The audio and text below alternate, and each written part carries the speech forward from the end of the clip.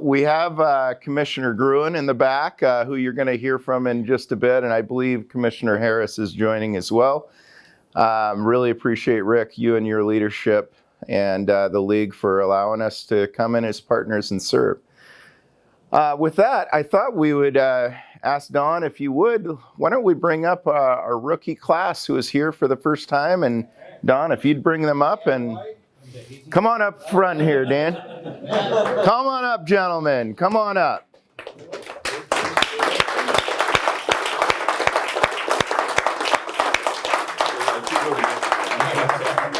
So I assume Don told you about the clean underpants, right?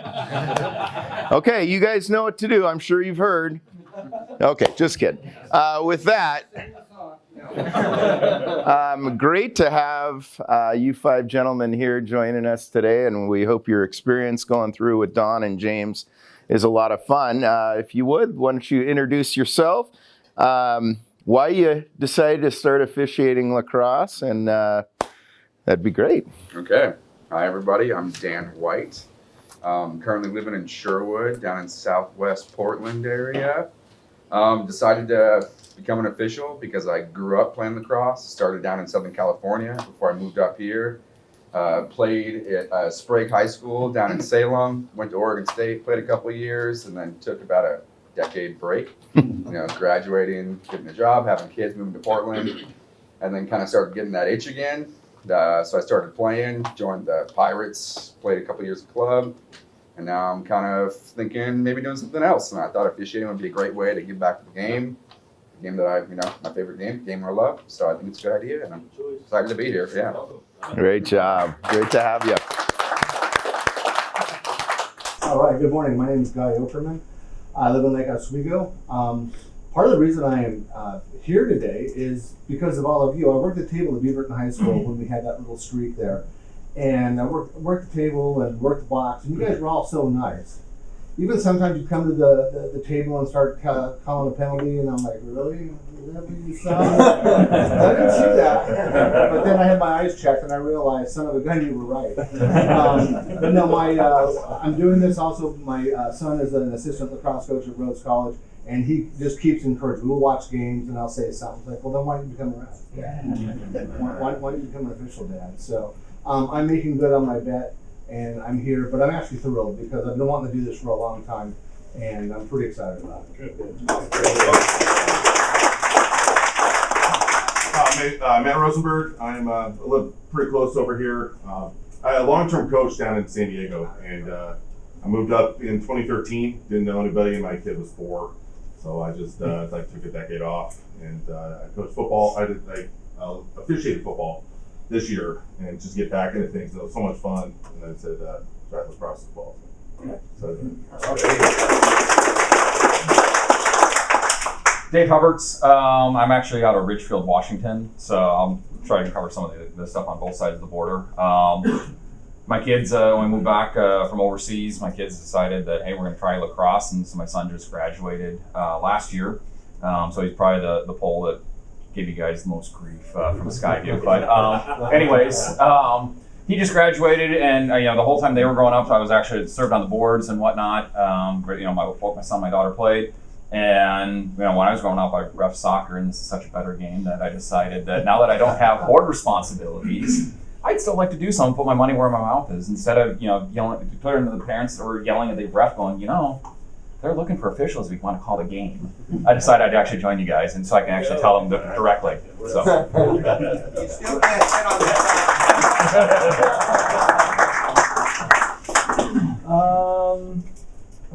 that. I played 4 years in Michigan. I'm not actually from here originally. I don't have any kids that are playing or anything right now. It's just I bumped into Brandon when I was at work, and he found out that I played. It's been about 8 years since I actually held and touched the stick, so I don't really think I'm in that phase anymore. I figured it wasn't too early to get started and try the other side of the game and see what you guys do. What's your name? I'm Chris. Sorry, forgot that part. All right.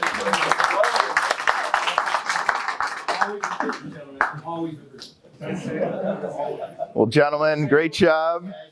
Chris, are you Salem? That's right. Or no, you're Portland. Oh, I'm southern Beaverton, below Portland area. Great. Thank you, gentlemen. Welcome. Love it. Okay.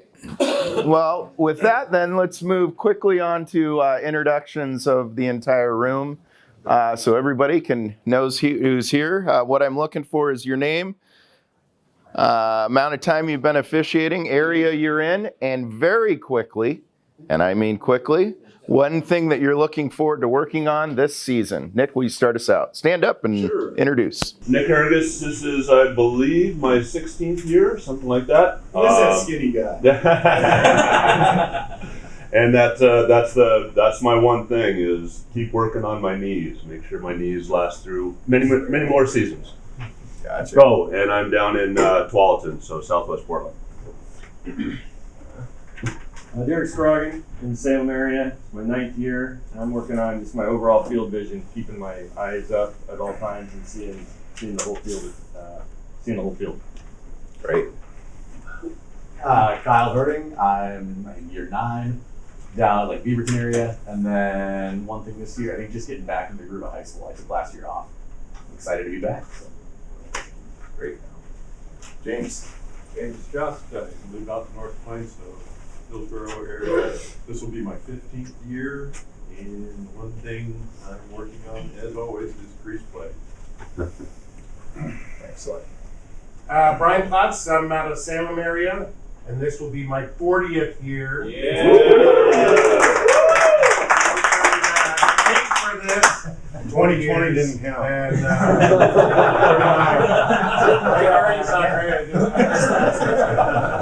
what I'm working on is I wish to be a better mentor. So when I'm working with crews, I want to make sure I am doing stuff before the game, during the game, after the game, and even follow up. So I wish to be a better mentor.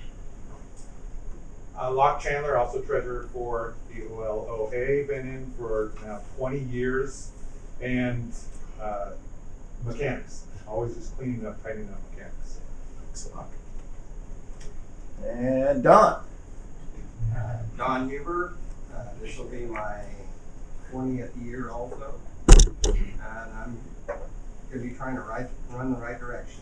Yeah, there we go. Alan Koenig in Canby, and this will be my 2nd year working on play-on mechanics. Great. Love it. Jack Schoen, this is year number 4, and I'd like to become a better crew leader this year. Lake Loveless is my 4th year. I just want to get back in the swing of things. I've been out for a few years, so. Hi, Rick Gruen, one of the assistant commissioners and longtime coach, and I am looking forward to no objections this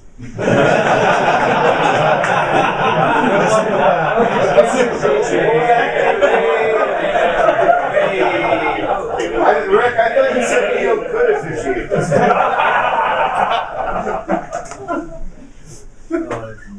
I'm Craig Lyons. This is year 15 for me. I'm up in Vancouver, Washington area, and I'm going to work on staying focused for the whole game. Yeah.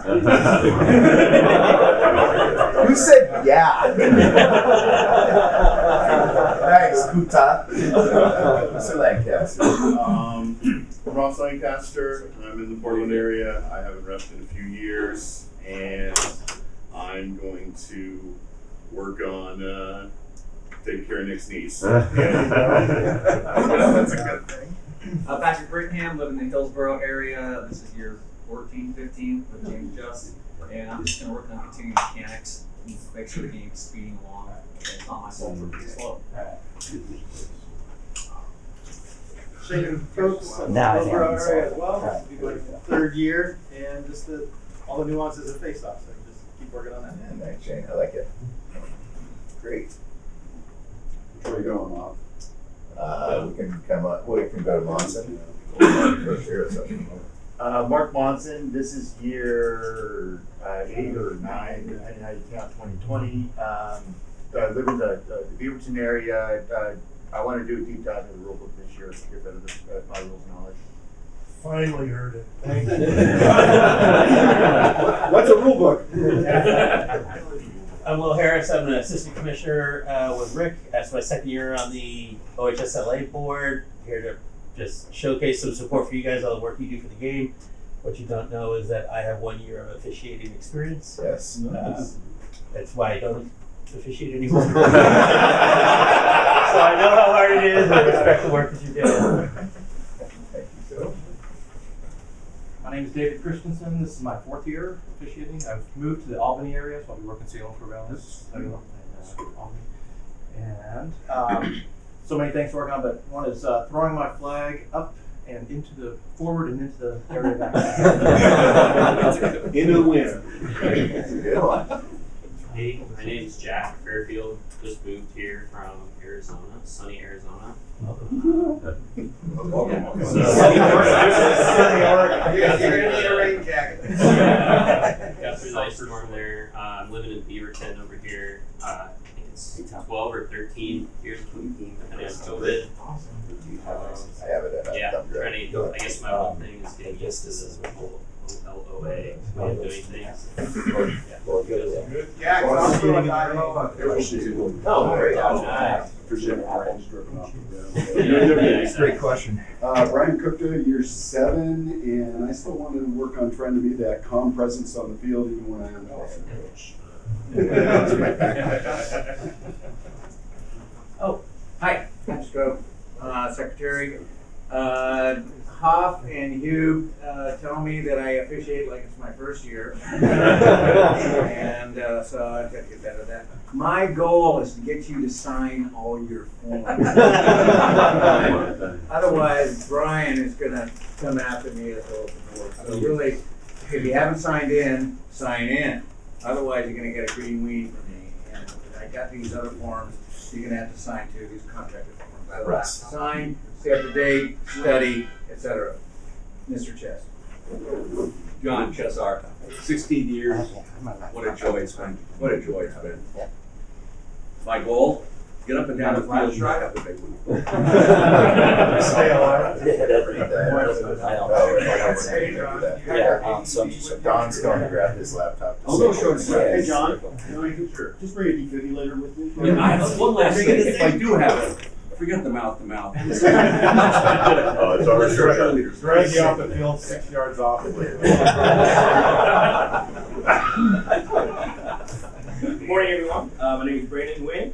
For those who don't know me, I've been officiating, on and off, 4, 5, 6, 7 years. And then was a OL official as well, so a youth lacrosse official. So don't know how many years total, I lost count. But a couple things, I'm also a coach for Lincoln High School. I'm the JV head coach, so I'm here to do some tournaments and whatnot, and just to see some awesome faces around. So I love hanging out with you guys on the field and off the field. So I look forward to becoming a full-time official one of these days, but I do love coaching. It's one of my biggest passions. That being said, when I am on the field, one of the things I want to work on is probably game management. Just before it escalates to anything, we want to make sure try to control that before anything gets there. Nice. Carney? Tom Carney, starting my 4th year. I'm here in Portland. And I think I'm going to work on kind of getting that second level mechanic on face-offs, being a better face-off official and really getting deep into all aspects of it. Love it. Johnson? My name is Tom Johnson. I've been officiating for 16, 17 years, however it goes. I'm from the high desert. I'm working on keeping the calm in the storm and being a better mentor. Nice. Midwild, I decided to come back for my 2nd year. Yeah. I'm still trying to figure out where to be on the field, so work on positioning so we don't get hit again this week. Your Oil are on a little hot streak right now. No pressure tonight to keep that 15-game winning streak going. All right, I am Caleb, just right over the river in Vancouver. But I'm pretty much going to be doing exclusively Portland games. And what I'm going to be working on is effective yet assertive communication with both the players and the coaches, and making sure the assistants shut up. I'm Andrew. This is my 4th year, and I'm going to be working on not throwing as many fines. Yay.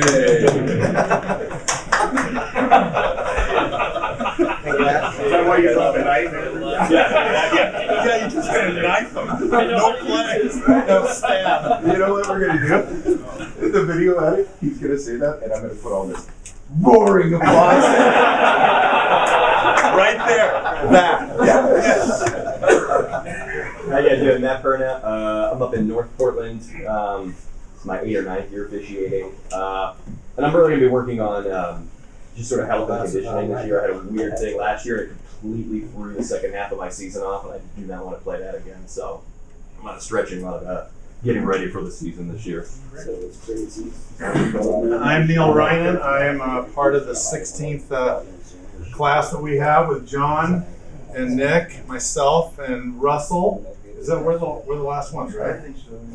Yeah, pretty damn good class. A lot of games with that class. I'm down in the Salem area, and what I'm going to work on this year is in Brian's 39th year. I'm going to try to make him a mentor.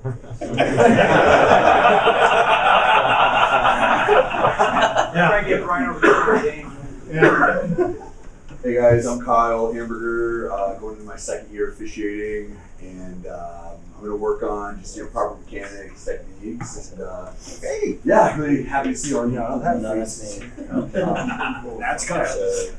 I'm Scott Weir. The 8th, 9th last year came up. Mark and I are the only 2 from our class that are still doing this, and I'm going to pair it with Mark. And if I really want to learn this, I can't ever hope to be Russ, but I am going to try. So. Devin Bentz, year 8, from Hillsborough. Working on just being a better teammate for the players. Yeah. That's Paul Stevens, this will be my 4th year on the field, 5th year certified, Beaverton area, working on game management and play offense. Great. Love it. Chris Davis, year 15. I live in Albany, so I do Salem to Eugene. My biggest question is, why does Phoenix and San Diego move up to Rainy, Oregon? I don't know. My wife wants to get that so bad. I'm going to be working on total vision on the field. There's so many things, I've been doing this a long time, but there's still stuff that it happened here. And I want that stuff to be, catch it earlier. Russell Dean, like 16 years, I think. All right. So I'm working on calling everything that Coach Sullivan sees on the field. Good luck. And also normalizing long pants so we don't look like a junior high kid who's freezing his butt off on the bus stop.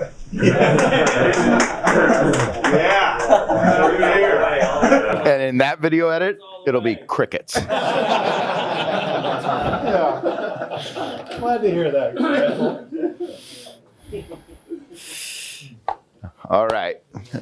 Looks like we're still plugging along on a little technology, but I can do 2 more things. And one of them is going to take time that we don't need the screen for anyway, so that's great. First of all, if you are one of our board members, would you please stand up? I would like to introduce you to our board of directors team. First of all, Locke Chandler is your treasurer. By the way, 100% volunteer, guys. We don't get any stipends for anything, etc. We put in a lot of time. These are all volunteers. Locke Chandler, our treasurer. Tom Carney, our member at large up north. Tom Johnson, our vice president of High Desert. Chris Davis, our vice president of South Region. John Chessar, vice president of Portland. And James Strohecker, our secretary. Don Huber is our past president. Mark Monson is our newest member at large for the Portland area. And there are 2 directors not here today. One is Mike Brooks, who is our member at large down south. And the second is Jimmy Sabara, who is our new member at large in the High Desert area. Yeah, Luck. Just one thing from me, if you have moved or are a new member, please update your address and phone number in the book. It'll save me and Brian Platts a lot of time. If I have to send you a check and then it gets returned to me because address has changed, then that can become an issue. So if you have changed anything, please update the website. Brian's got 7 slides just on that, so don't worry, coming up. Thank you to our board team. Hey, Tom. Sorry to bother you for a second. What is the file? Because I'm not bringing anything up on your Just a matter of doing that. on your drive. We aren't paid, but remember this. Cheeseburger, a root beer, you got my vote. The other way around. Email that to me right here. The other way around. Well, no, can't we just run it off this? No, for some reason. Oh. Okay. With that, timing is great. We've missed a few slides. We can do a little catch up. I'd like to welcome Coach Gruen, Commissioner Gruen, and I want to always say Coach Harris, but Commissioner Will Harris and Rick Gruen to give us an update from the OHSLA. As they make their way up here, this is a very important partnership, and one, especially those of you who are in the room for the first time, it is important that you hear.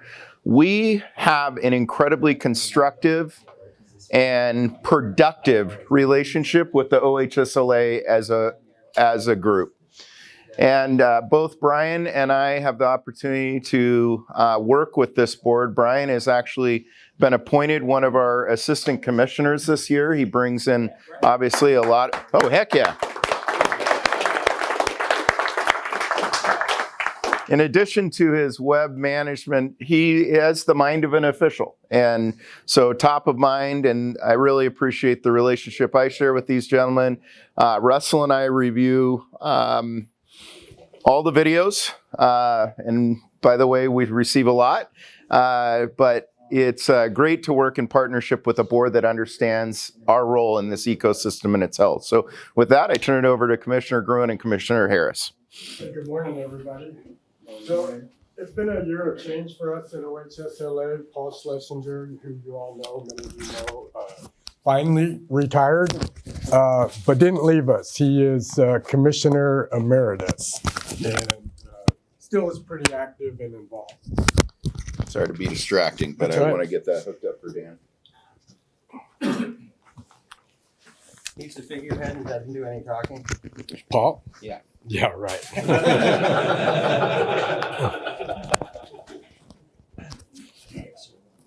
Okay, there we go. So with Paul's retirement, it gave us an opportunity to look at our structure. We talked last off season. Where are we going, right? We're finally feeling like we're out of the COVID era. Many of our coaches are, this year have been telling me numbers are ticking up again, player numbers are up. They're finally starting to feel like we're past the COVID era. As a board, with Will coming on, also Jimmy Yu, if you know Jimmy, he joined our board as well as Brian. So we started to think, where do we go? What's our next 5 years look like? For the COVID era leading into 2019, we thought we were going to go OSAA. Then there was some good opportunity there. Then COVID hit. We were kind of in just maintenance mode, right? Coming out of COVID, and the last couple of seasons, we've all been working together. As we looked at our mission statement, it's all about sustaining a competitive, sustainable high school lacrosse. There's nothing in there about growth and development. Will's going to talk a little bit about, to that end, our conversations we've been having with the OYLA board about merging our two organizations into an Oregon Boys Lacrosse Association, whatever we call it. A lot of work to be done. Will's got some great insight on that. I'll let him share with that. But really, how do we how do we grow this game? Working closely with you all, so that means the officiating. We want a seamless trajectory from youth to high school. Many of our issues at the high school level is kids playing in youth. We're the, whether it's, Emerald Valley Youth Lacrosse, Rogue Valley Youth Lacrosse, Eastport, kids come from outside of a high school serving area, and all of a sudden we find out, hey, this kid is playing here. Well, he doesn't go to that school, so it's really problematic for us. We don't want to turn kids away from playing, but then there's also the rules of where you play lacrosse. So we've revamped our SOPs quite a bit. If you haven't read our SOPs, I would encourage you to do so. It's on our website. So if you're looking for your OLOA website, jump over to the OHSLA site on forms and docs. And Brian did a great job making sure it's all formatted correctly. And but when you look at that, there's some pretty substantial, what we're calling SOP changes. One of our biggest complaints we've heard in the last couple of years from our coaches is coaches in the box. How many? And from your perspective, you need a clean box. You don't need chaos in the box. You don't need chaos at the table. But we also heard from our coaches, the current rule we had was 4 in the box. A good program, a strong program with having JV coaches there is also important.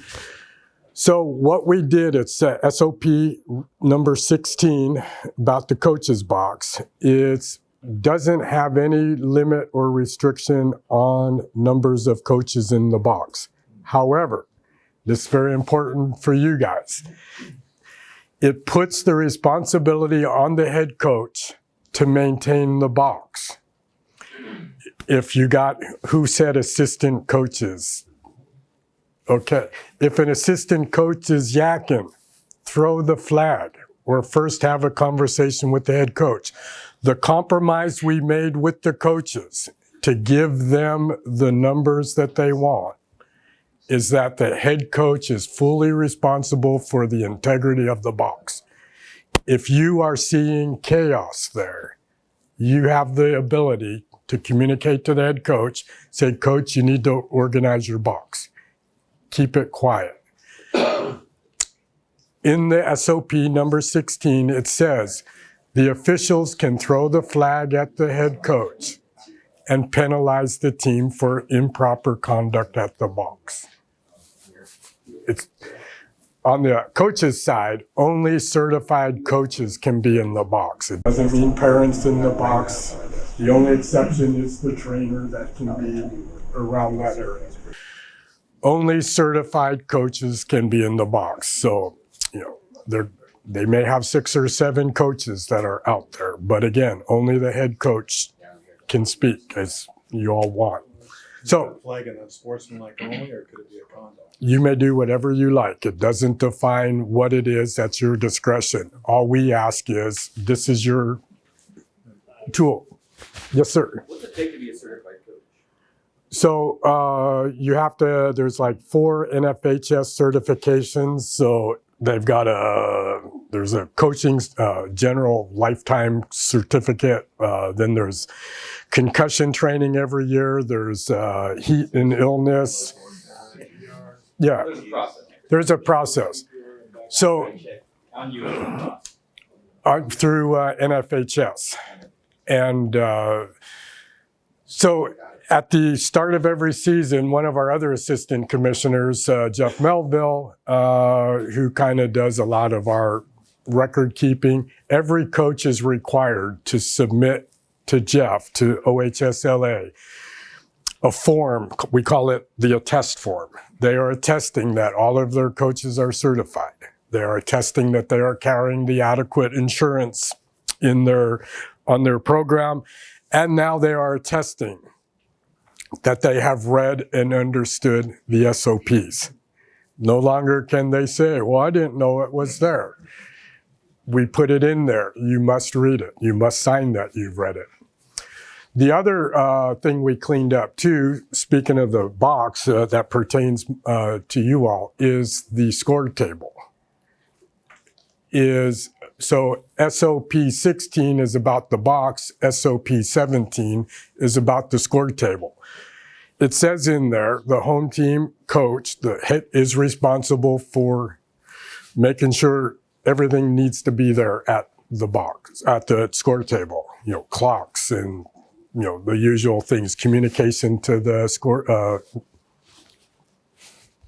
scoreboard. Thank you. But it also says that there are only 5 people permitted at the score table. The home team can have 3. The visiting team can have 2. What we're trying to crack down at your all request, or some that we've talked to, is, again, there could be a lot of chaos around the score table. Dads coming down and want to hang out around the score table. You also have the ability to speak to the head coach and to the score table. You need to leave this area. Okay, this is your area, you know, in partnership with the schools. So we just want to help continue to support what you're all asking, but also give you the tools, because it does say under SOP 17, if there's issues at the score table, you can also throw a flag for conduct, for not maintaining the integrity of the score table. It's supposed to be a neutral site, as you know. And we got to get dads and everybody else out of there. Did you have a question? Is that provision law for training, if they're trying to train new people to run books? Well, use your discretion. Again, I'm a big... That in training. Yep. Yeah, I don't want to get our group's objectives to Rick's comments. We will train this in our training classes. So those are the 2 major things I think we did in our SOPs that directly pertain to you all. Last year, and I want to applaud you all, last year at this time, Paul and I were here and we talked about encouraging you all to use the flag. We were trying to crack down on a lot of sportsmanship issues. And last year we upped our fines on ejections. 300 is the first amount. That first ejection is 300. The second ejection is 500. The third ejection is 1,000. Last year we did give $1,000 fine. To truly eject somebody right now, this is a huge deal. The league is sending all the right messages. If you have an ejection, it's a huge deal. Huge deal. So the first ejection. Deter you from doing it if No. They deserve it. It's a huge deal. We have a rule book, right? Yeah. Play by the rules. We'll adjudicate. There's going to be fouls that happen. There's going to be things that happen. That's why you're all out there, is to maintain the safety of the kids and the integrity of the game. So yeah, $300 and an automatic 1-game suspension on that first ejection. The second on that team, doesn't matter who it is, doesn't have to be the same guy, it could be any guy. These are team accumulations. It is a 2-game suspension, not 2-game, it's a $500 fine and another ejection. The third one is a conversation with the league, where we can put them on probation. And we've done that before to some teams. The other big thing was sportsmanship. Any player now that gets more than 2 unsportsmanlike in a season is no longer eligible for postseason awards. They may receive, we're leaving it up to the conference coaches at the conference level to award if they want to. But at the state level, so all state, all American, ineligible. Can't do it. That was a big, and this applies to coaches as well. We're trying, that's the heavy hammer. Last week, we had our winter coaches meeting, and we brought in Kevin Sandy from the Haudenosaunee and Rick Roy from Burns to kind of be more on the, how do we incentivize, what's the word? Inspire. Thank you. I knew it was one of the I words. How do we inspire? So both Kevin, if you ever have a chance to hear Kevin Sandy and Rick Roy talk, they have fascinating stories and journeys about, the culture of the sport from the Native American perspectives and how that can translate into what we're hoping to get out of the meeting was find that little nugget for your own program. Don't do what they did, but share your story of sportsmanship and develop your culture. So we're trying now. We have the hammer. Now we're going to try that carrot. So sportsmanship's real important. We rely on you all to do what you do. We're very appreciative of it. We also put in the SOPs that if you need game film, the coaches are also now responsible for getting you the game film. Was that your suggestion? Yeah, it was. So if you're having trouble, if you're trying to get game film of a particular game, and if you're having trouble from the coach getting some clips for that, just reach out to us, Will or myself or Brian, and we'll reach out to the coach to get you what you need. So it's very important when we do the ejection reviews or the appeals of the ejections, we all look at it. We'll share it with you all too to get your opinion on it, and we'll go from there. So I'm going to stop there unless you have any questions, but I want Will to talk about what's behind the merger with OHSLA and OYLA. So thank you all. Thank you. I'll just follow up We're going to switch mics real quick here, Rick. on that. The coaches meeting was really inspiring. It was not about X's and O's as it really has been in the past. It really was about roots of the game and why we play. And from the Hautenoshote's view, from Kevin's view, like how does his culture's experience with the game impact how he coaches, how he develops players? And so his stories were really powerful, I think. And the thing I heard from coaches is there are a lot of 1 and 2 year coaches out there right now. So there's been kind of a generational change. Yeah, Coach Sullivan's still around. But across the league, there are a lot of 1 and 2 year coaches out there. And I think that should be something you guys, we all need to talk about in terms of how we support those guys and help them develop as coaches. I was here last year and I talked about my role on the OHSLA board being a little bit more strategic. Rick kind of addressed that. We are just coming out of COVID and we struggled to keep a competitive league together, to just run the league for a little bit in terms of how to deal with those situations. Feel like we're on a little bit firmer ground right now and trying to look out and create a different structure. And part of that structure is getting more feedback from our coaches, really turning our coaches committee into a forum within which they can come talk to us about what they need. And one of the reactions was the box, right? We were trying to clean up the box and they said, hey, we don't think that's the way to do that. And I anticipate that as we go forward, there'll be lots of things about how and what happens in this league that we're going to pull from our programs because those are the guys facing the challenges. So strategically, that takes more people. And we've obviously expanded the board initially, but there'll be another round of expansion, another round of inclusion, so we can get more voices, more wisdom, more experience pointing us in a better direction.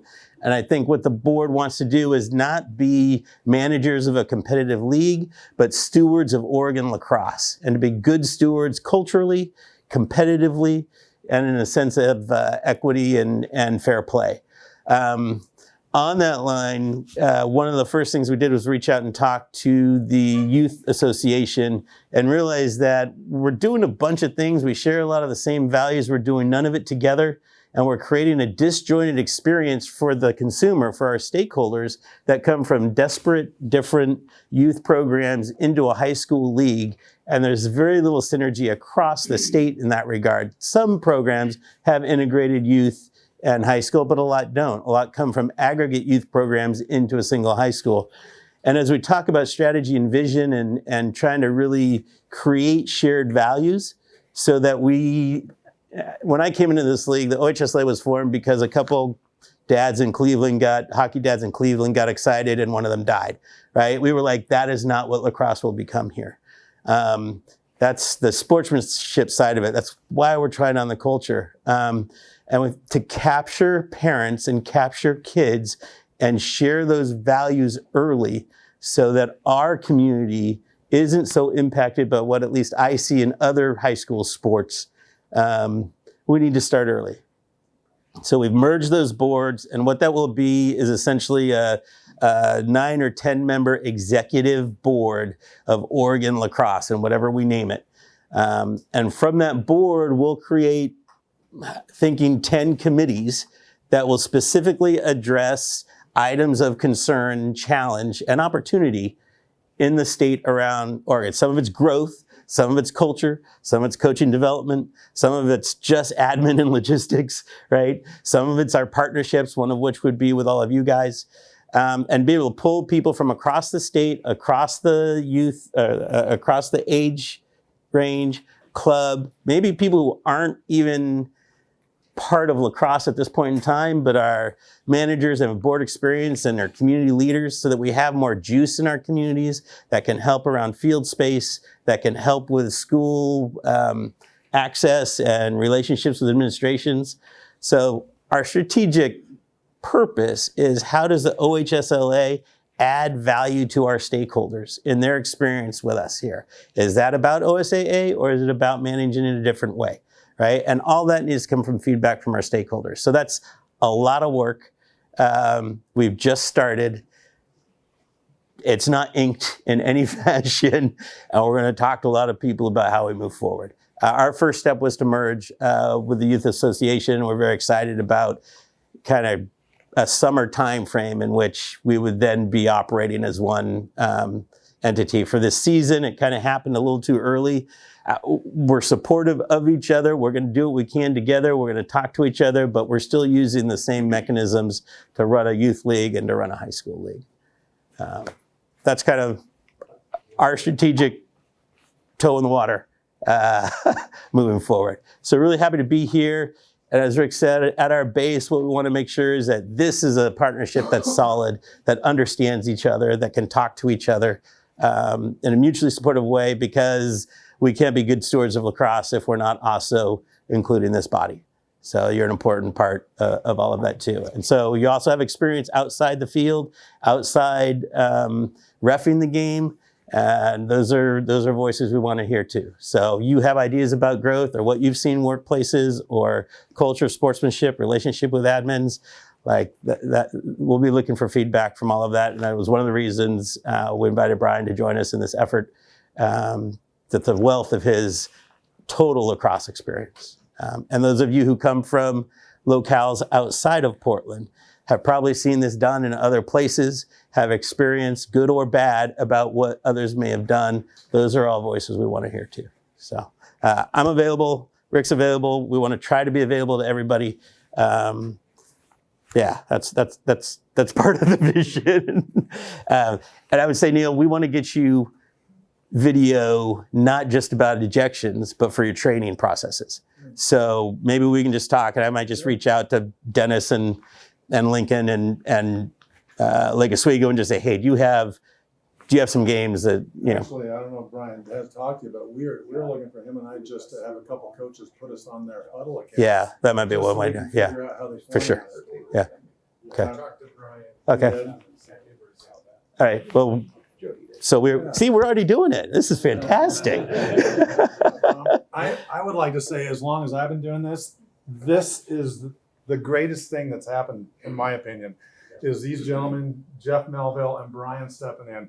I always felt like the OHSLA was here and we were down here. And I think now that, I mean, even though you are above us, they are doing a fantastic job. And they are all here to support us, and they're telling us how they want to empower us to do the game. And again, we have to be the ones that do it though, right? One question I have for you is, you mentioned the OSAA. I've talked to Brian a little bit about this. I've talked to Chris Welch at the OSAA, who's an executive assistant director. They're just kind of waiting for us. We could become an emerging sport quite easily, because boys volleyball is an emerging sport with far less teams, and girls flag football is coming, and they will be an OSA sport in a few years. And look at our field availability is going to go south again. So what's going on with that from the OHSLA? Chris Van Hatch had been managing that request. We've looked at the emerging sport. Our feedback on that was that you had to have a pathway to 50. And so... but boys volleyball is not even close. So they're doing it. And Chris said that we have, what, 46? Well, we're... 41-ish? Yeah, we are losing teams, right? So, and OSA is on our agenda, and that interaction is a process forward. But we're in a space where we're not growing teams right now. Like, we're contracting teams to keep co-ops together to see if we can keep competitive programs that will engage kids and give everybody a place to play. So, yeah, I mean, my understanding was we could do emerging, but we don't have a plan to 50, and I thought that was a stumbling block. So unless they change their position, Yeah. so we're all ready to go at 2019. Right. And they were going to go and approve it, and then the girls, it had to be the boys and the girls together. This is awesome. Then the girls didn't want to do it, then COVID hit, so we've taken a pause from all that. So it might be worth getting Chris Van Hatcher to re-engage with Peter Weber to see if they're changing their position in terms of what would be required from the league to bring forward. Right. And you're right, girls have to come in with us. So they can't be just boys. So part of our strategic vision is reaching out to the Oregon Girls Lacrosse Association, see where they're at, see where we're at, and see if that's ready for, Yeah. Girls flag football doesn't have that problem, right? That's seen as a win-win. Girls flag football, boys football. It's yeah. It's going to happen. Yeah. I mean, Nike's backing every one of them with uniforms. Yeah. Well, actually, I saw boys flag football too. So. Oh, really? Yes. Thank you. Thank you very much. Before we, one other question that I have for the commissioners, any word on post site for Final Four? It may be West Lynn. We were trying to get Clackamas, but they can't do it. Okay. So it may be West Lynn. They've offered. LO had to drop out. That was our go-to. And then I found out last week they can't. Then Clackamas thought, no, West Lynn, y'all know Coach Flood retired. Coach Lopez took over. He offered up, the AD is supportive, so we might go to West Lynn. I haven't talked to the other board members yet. But Okay, so no decision yet, but. Yeah. Fritz Hayes is at West Lynn this year. Yes. And Brian, I think, got that all scheduled. Yep, we're good to go there. Yeah, our hope is actually use that, or one idea of using the state championship as a way to engage new programs or programs that are not the same old boys network, which is some of the feedback we get from coaches that they don't understand who we are and kind of seems like the same four guys. So, going back to West Lynn is a tried and true place. They do a great job at it. There's nothing wrong with the championship there, but if there were another opportunity like Clackamas, we were very open to that, and I'm disappointed to hear that they couldn't do that. But there are parameters around the field use and the need for a really robust volunteer component on site. That kind of shrinks the pool a bit. Yeah. We'll keep you Last question, Russell. What's the status of Lincoln High School? Is their field going to be open? Are they going to stay The field is open. It's fantastic. Yeah. The only issue there is we're still trying to figure out field space and went through a bunch of snafus on that. The old AD is back, Jeff Peeler, very supportive of lacrosse. A ton of field space access for the team.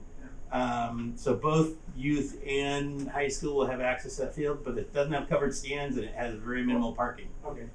In terms of, I hope that it's also just a really great facility that we could do some coaches meetings or ref meetings in some of their spaces, but we don't really, as a program, have the kind of access to those facilities because we're not PPS employees. Lincoln will be playing Lincoln High School. Yes, absolutely. Yep. Are there any other schools that are going to be going through major renovations, shutting down, that will be playing offside?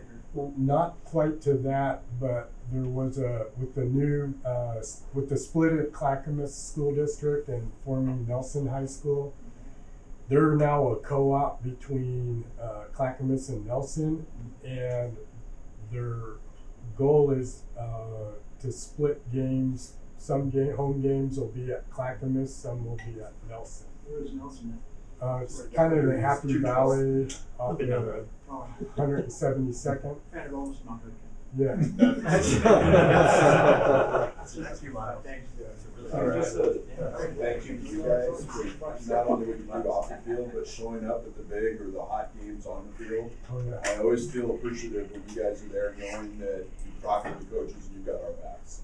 So we really appreciate you guys. That's a, for us, area of emphasis. We want to try to have a presence out, particularly at those may not be the best caliber games, but and if they're, I mean, if you guys know that there's a hot game and you're like, hey, you should reach out and say it'd be great to have one of you guys there. I mean, we can't cover all the games, so we're trying to figure some of that out. But if you're like, this one historically has been a problem, I usually reach out. Rick, thank you so much. Thank you, Will. Thank you very much. Okay, as our commissioners head out, I want to whiz through a couple things real quick. Ground rules today. Could have done this before we got into the other business, but first of all, restrooms are straight out across the hall and to the right there. If you have questions, just raise your hand or say, hey, Hoff, real quick, got something to add. We want to have some good dialogue, but we got to keep the pace of play.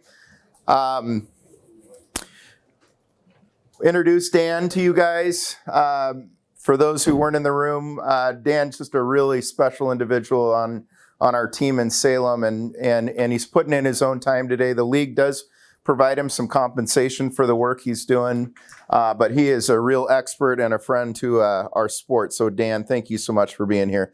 You each have an agenda, and then the independent contractor forms I gave to Stro. Are those being rotated yet, Stro? No, I was going to do it at the break. Okay. Just a real key nugget, and you're going to hear this multiple times today. You shouldn't leave without handing Stro one of those. It is incredibly hard for us to track this information down once we exit this room. Take notes. We talked about dialogue, but the key for today, exit with the knowledge of how you are going to qualify to be an official this season for the OLOA, and we'll go through that as we go. By the way, always fun to feature all our key crews from finals weekend. We already introduced our board. Two important notes there again, Mark Monson and Jimmy Sabara being added to our board to expand our number up to 11. We did our introductions. And we got to here's our board as it sits now. You see Brian there as a commissioner representing officials. Love that. Let's go through our board team. One of the things that we really used to enjoy doing is at our final meeting after the state final is we would give out our awards. Sometimes those aren't super heavily attended, whether it's in Canby or Wilsonville, whatnot. So we thought as a board we'd do our key awards and recognize our key leaders in a couple categories here at the annual meeting. So first of all, Kyle Hamburger, our Rookie of the Year.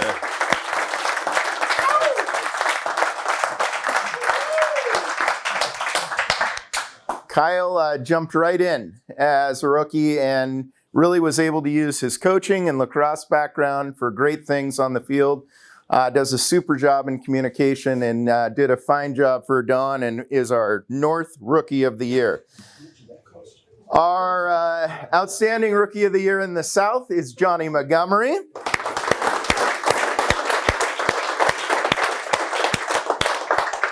Johnny is the second man to use Don Huber's famous quote, "Is the first lacrosse game I ever saw, I was officiating." That was in fact Johnny Montgomery this year. That would be friendly. No lacrosse background whatsoever, but had served as an official, jumped right in and actually landed on quite a few games and really invested in the tournament off season to get better. And by the way, guys who are coming into this ecosystem, it is great to work on the craft during the season. It's even better during the off season. So you deploy your skills during the season. Our outstanding first year official for the High Desert, Clint Burley.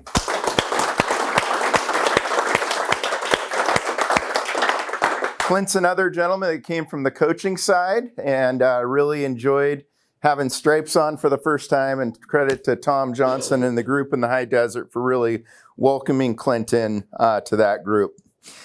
And now, our biggest award of the year, almost. Our road warrior for the second year in a row, Mike Brooks. As a perspective, Chris Davis and myself were a distant second. In perspective, Mike traveled almost 6,000 miles in the high school season. The next closest guy, we were at like 4,300 miles. So, I mean, you're talking about some serious road time for Mike. So when you see him, big pat on the back, a lot of time behind a steering wheel for the game of lacrosse. And finally, our Don Huber, award winner for service to the game, our highest award that we provide each year, went to Bobby Weir.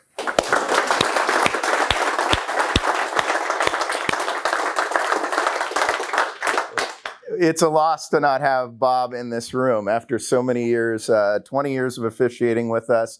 I hope he has a chance to watch this video and see his friends recognize the great work that he did. Bob ran the state final last year. It was very apropos because we didn't know Bob was leaving. I mean, this was not announced at the time or anything, nor was it announced when this award was selected. So he is a real special guy for this sport. And raise your hand if Bob has touched your life in lacrosse.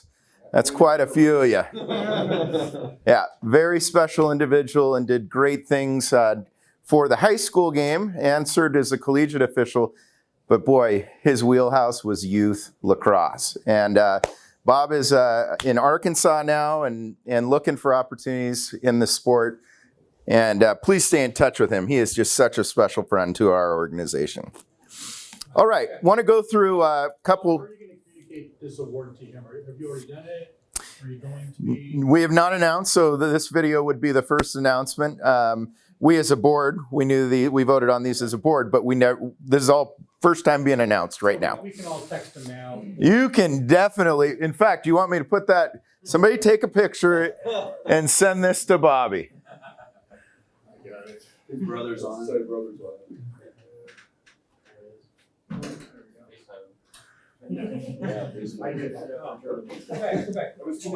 Oh, did it go forward?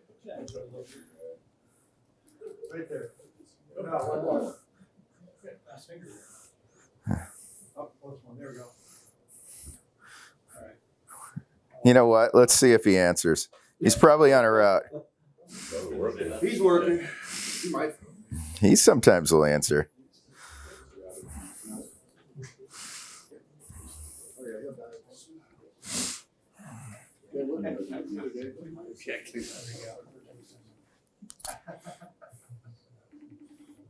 Maybe. Come on, Bobby. Do it, Bobby. Bobby, Bobby, Bobby, Bobby, Bobby. We'll just say he may be on a date or something. With a mailbox. I don't know. Have you seen the women in Arkansas? All right. Well, we tried. Yes, please send Bob your kudos along with Mike, Clint, Johnny, and Kyle is in the room today. I want to go through, and maybe Monson, can you help me with clipping through slides here so I can get out from behind there? It's just right there, bud. I want to talk about, as some reminders, our points of emphasis from last year. And this year, we only have two that we're really going to hone in on and keep top of mind. But, yep, clip me up. Poise and decorum in the face of adversity. You can keep going on that, Monson, to give me that. There we go. Our role is dynamic, challenging, stressful, and unique. We are the only team cheering for each other. Remember that. Every time you walk in there, the guys you're with is your team. How we mentally prepare ourselves for the situations we face before, during, or after a game is vital to our sanity and performance. Be mentally prepared, and this starts with a strong pregame. When situations escalate, we are the calming force for coaches, players, and fellow officials, and they can rely on us. We are a personality type as officials. Smooth, confident, trusted, knowledgeable, work as a singular unit. He's calling back. Oh.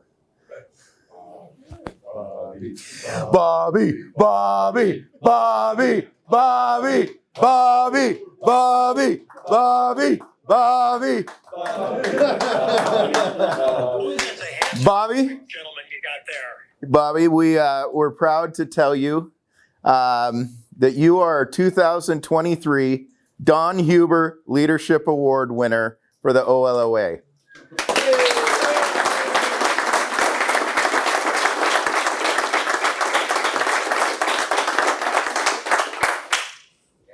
We love you, buddy. Oh, you're the best, Tommy. Love you.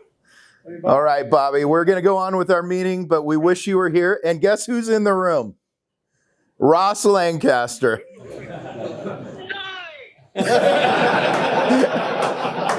Nice. All right, buddy, we love you.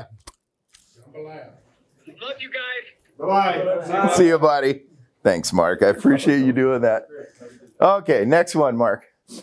Topic number 2 from last year.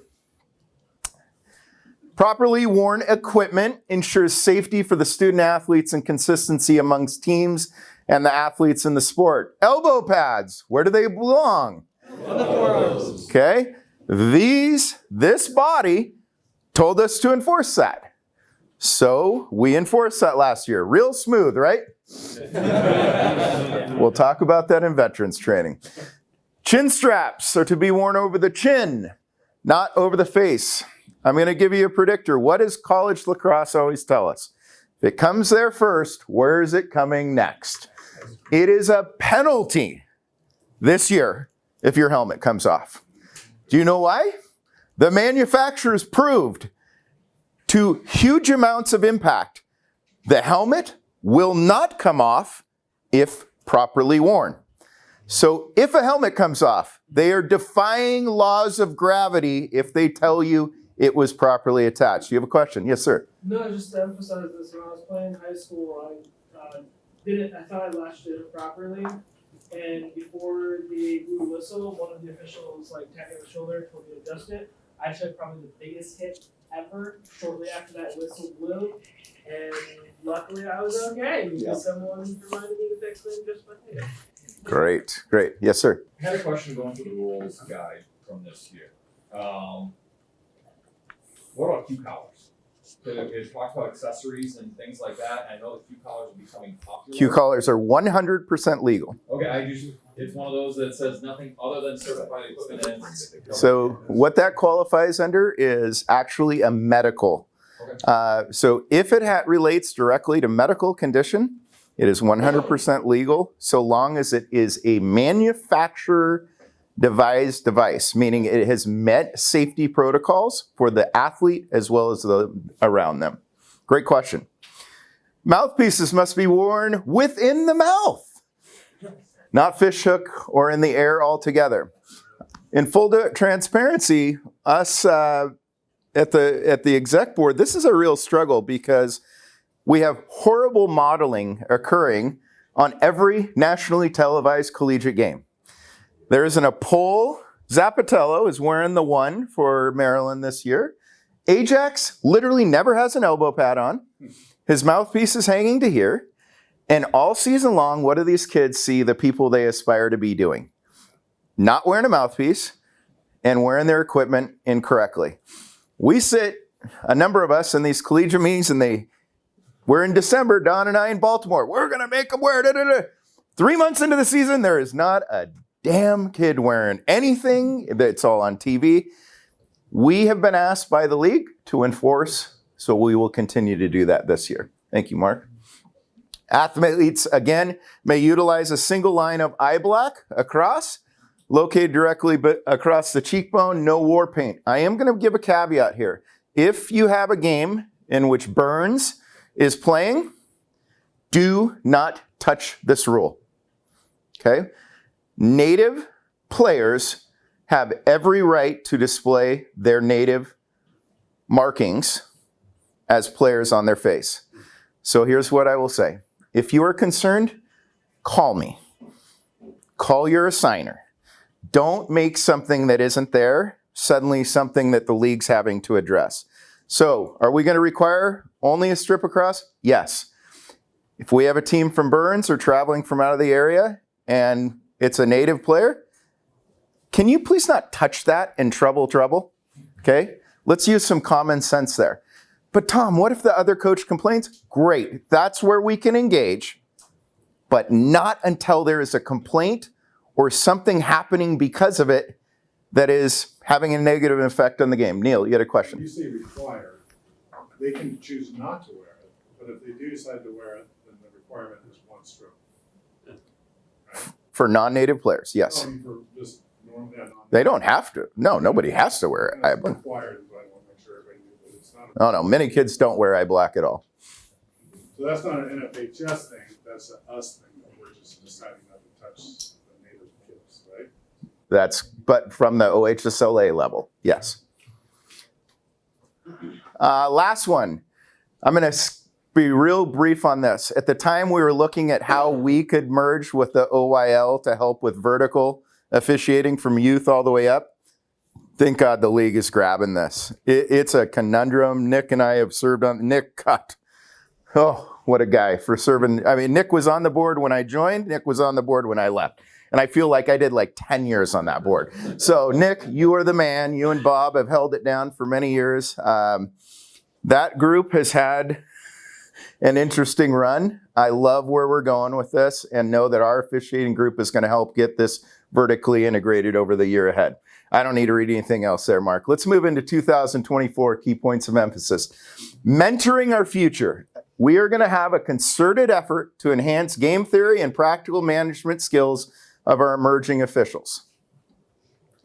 We're going to ask our veterans to talk more, to enjoy conversation before and after a game, to engage more, to find someone who's yearning for more information. And by the way, people who want a mentor are going to send you signs, but we're going to hear from Dr. John here about how we're really going to get concerted on our mentorship efforts. The future growth of officiating will be a mix of new officials, which we call JOs, youth officials, and new adult officials willing to serve. There's a plethora of strategic and practical knowledge within our membership. We have guys with 40 years experience down to 2 years, 1 year, and we got to be able to get that information passed forward. We need to have adaptive officiating skills based on key in-game moments. Okay, so it's easy to talk theory, but how do we really get to those moments where we can ask questions about a specific situation that you're seeing on occasion? So we need to be able to talk to our mentors and mentees about that and talk about simple hints and best practices. That transference of knowledge is more critical than ever. We have brought in a ton of new officials in the last 2 years. Great job to all of us. And to those of you coming into this ecosystem, you are in a great place. And we intend to share. Yes? Can we use, you talked about game film with the new officials, that could be a huge thing, that knowing that the game is taped and then getting together with your mentor later on saying, hey, where was there, if you know that ahead of time that you're gonna have a conversation about the game, and you know ahead of time that the game was taped, you can then resort to your mentor and say, hey, look, about this point in the game, can we kind of go over this a little bit here, just, where I can help out, or just an overview, looking at mechanics or whatnot. If you know that there's going to be a conversation about that game, using that game film might actually be very helpful. We are going to have a pretty big increase in game film usage. The league is committed to getting us game film for the first time. And I'm working on a solution. So. Yeah. Great. Next one, Mark. Second one. Crews who communicate well, officiate well. So think of the baseline. You're in your pregame. If you're not communicating well in a pregame, how do you think that's going to go on the field? So it really starts with the R's first email to when the crew's going to meet, hopefully a couple days, at least 24 hours ahead of time, where we're going to meet, the time expectation, and then everybody meeting the expectation that the R has created. The art of communication with fellow humans is a vital skill in the real world and in officiating. Who else faces heightened situations with multiple dominant personalities, right? Most of these coaches aren't really shrinking violets, huh? all while being asked to make critical decisions in a remarkably fast-paced athletic competition. That's us. The most difficult moments are best tackled with a sense of security and skills and knowledge, a savvy voice and tone, and adept interpersonal skills. No one wins the ego war. And we know those moments when you're up against a coach and they feel very strongly one way, but you have the hammer, right? So we got to use our skills and our knowledge to help de-escalate and improve the game. All right. Mr. Strohecker, would you please run us through the numbers of 2023? Mark, thank you so much. I may call on you again, though.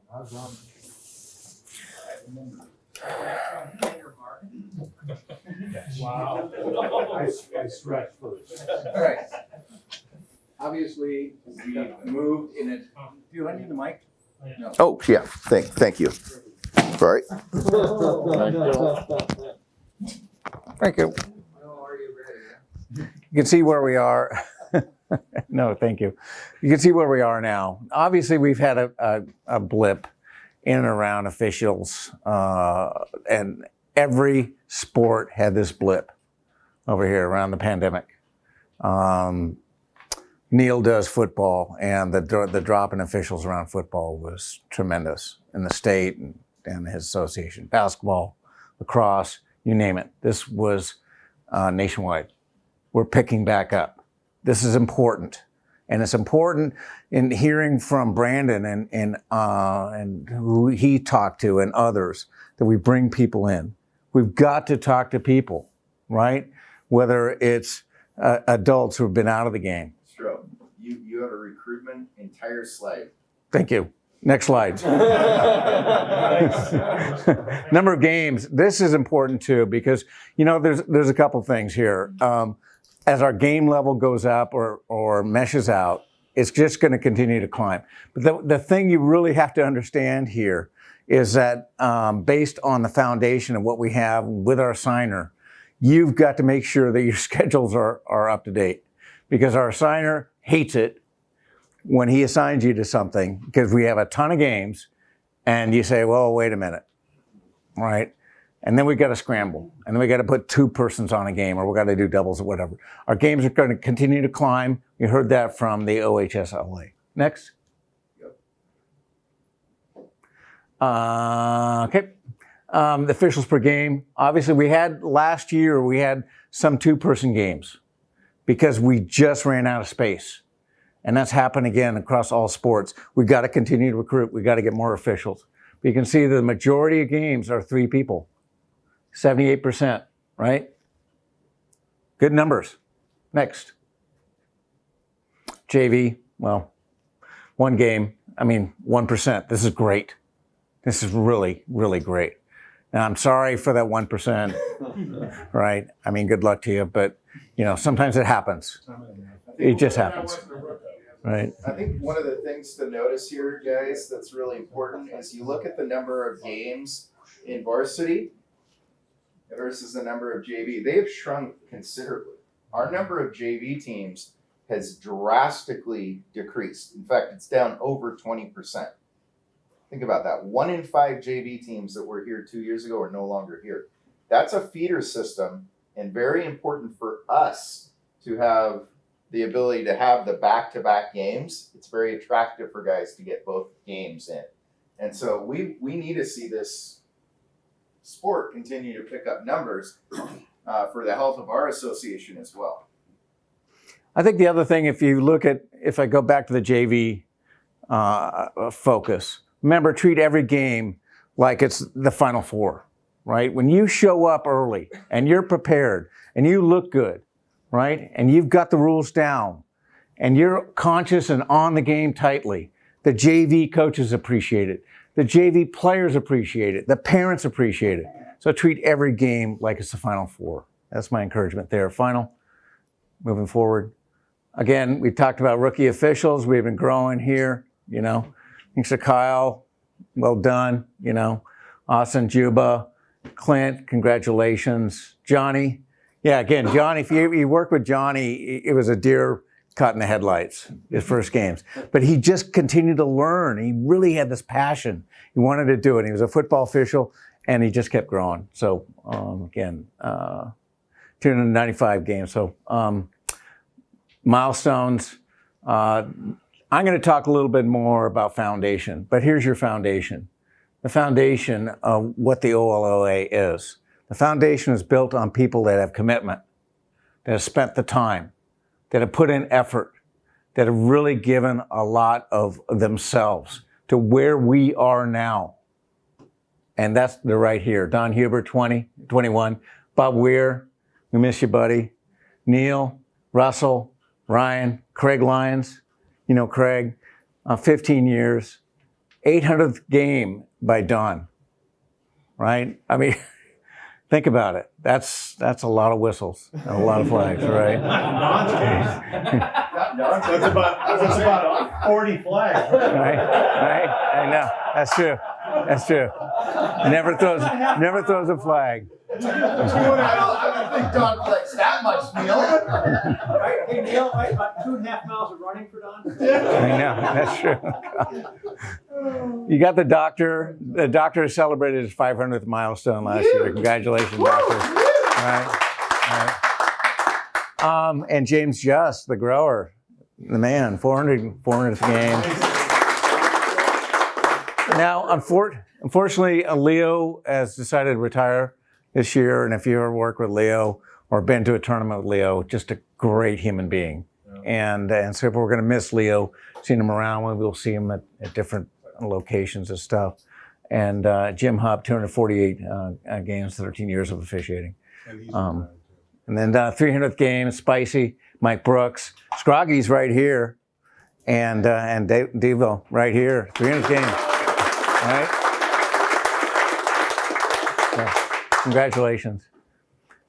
And then I have updates on. It's right up there. Okay, cool.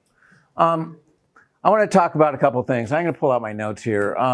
Again, I started to talk about it briefly. So before I get going here, the OLA was founded on commitment. Because before we were in this room, there were people, and some of them are sitting here, that are really committed to building something cool. There were only a couple teams. And where we are now is really something that's strong. And it's, it's been built on greatness and getting better. And, being great means doing the right thing and focusing on getting great. Our strength is also built on what people's time is and their effort, but also in negotiation. Some of these folks have negotiated for us. They've stood in front of these boards that have resisted, or these parents, or these groups, or whatever, that said, no, we really don't want to pay you that much. And they said, yes, you are going to pay us that much. And they stood and they've gotten us the game fees.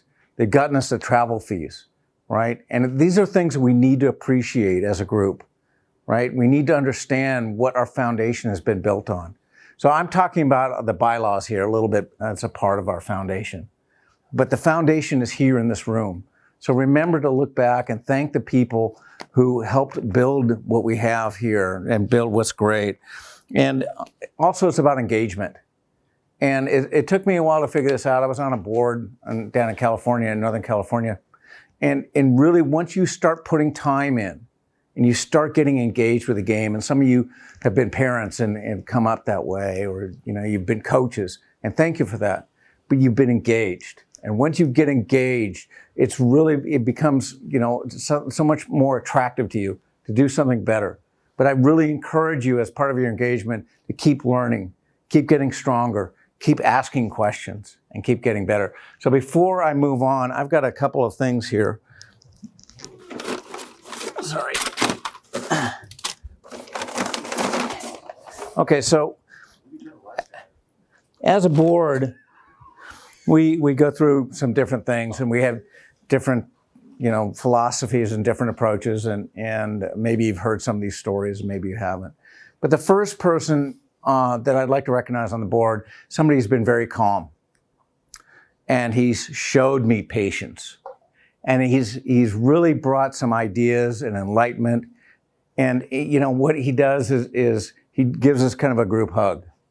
You know, at the same time, he tries to tell a story, and you know you've heard it 43 times. So there's a red Staples button, and you just try and hit it and stop him from telling a story again, and he just doesn't recognize that. And then at the end of every meeting, he tells you to, you know, brush after every meal and be sure to floss. So I'd like to recognize Dr. John Kesser.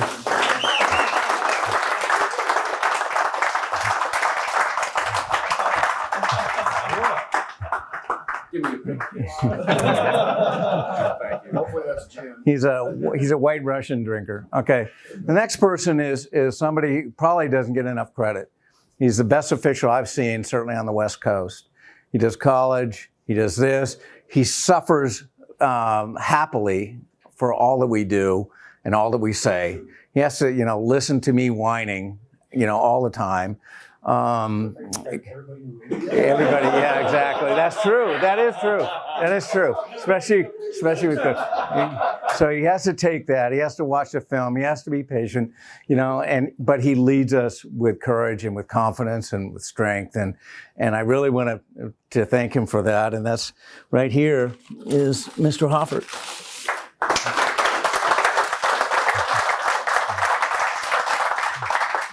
You notice there. Whenever I go to, I drink all this tequila at his house. So.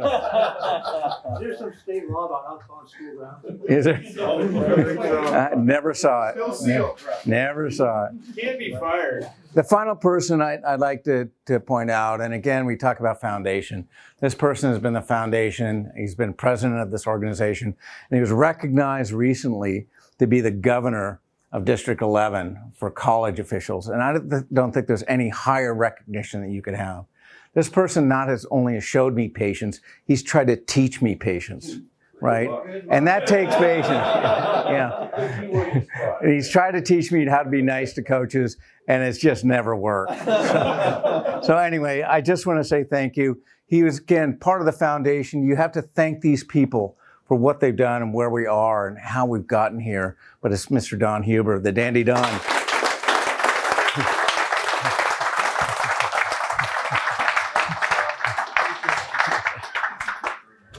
All right, now I'll get to these slides. So quickly. You're getting the hook. Well, I'm running. About 15 minutes over. Okay. 10 minutes over. Right now. Okay, I'm running. So to better serve you, the membership, we have added a couple of at-large folks. We introduced Jim Sabara, who's not here. Great guy, played, has coached out of the high desert again, really to help give more communication with you as members. And also right here is Mr. Mark Monson, Esquire. And thanks to Mark for agreeing to be on the board. Next slide. Oh, I'm done. Okay, so.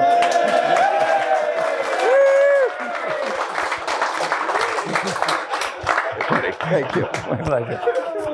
You know what? We got lock and rock this here. So. I can get this off. Lock will bring us back in time.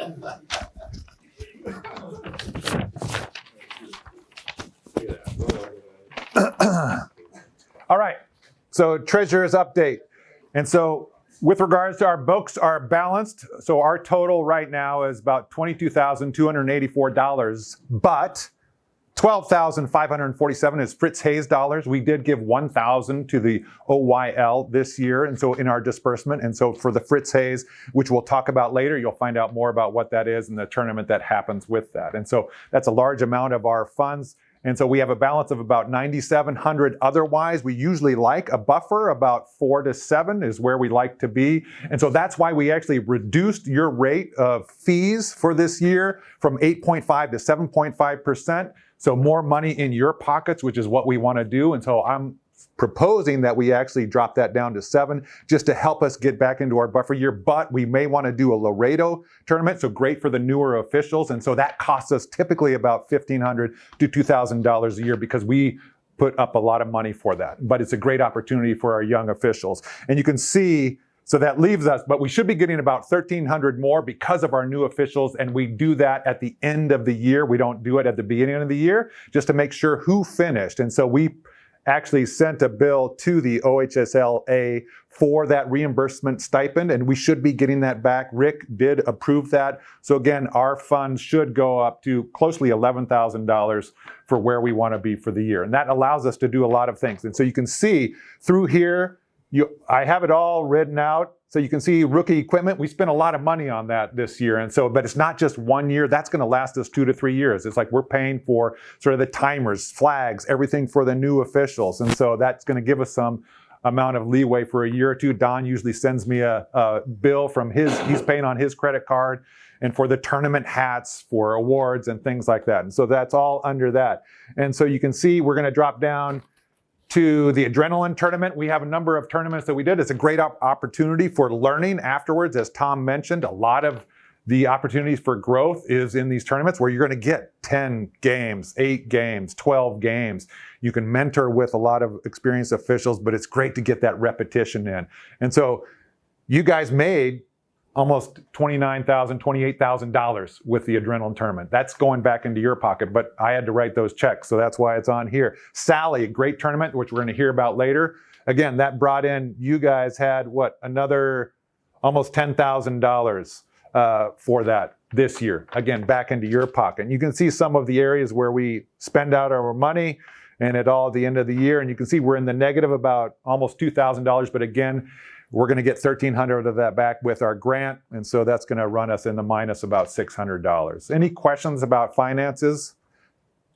Again, please update your address, your phone numbers. It makes my life so much easier than trying to phone you, email you, track you down, and Brian is sort of partner with that, so he knows sort of some of the pain, because I had some checks that would return to sender for me, and that's always like, oh crap.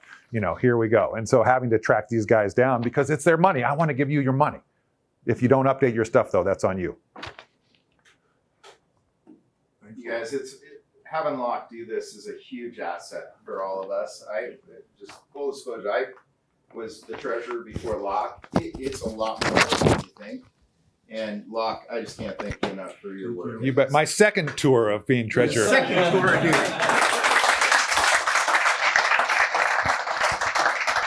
Well, as Mr. Davis makes his way up, I want to give a real-time update.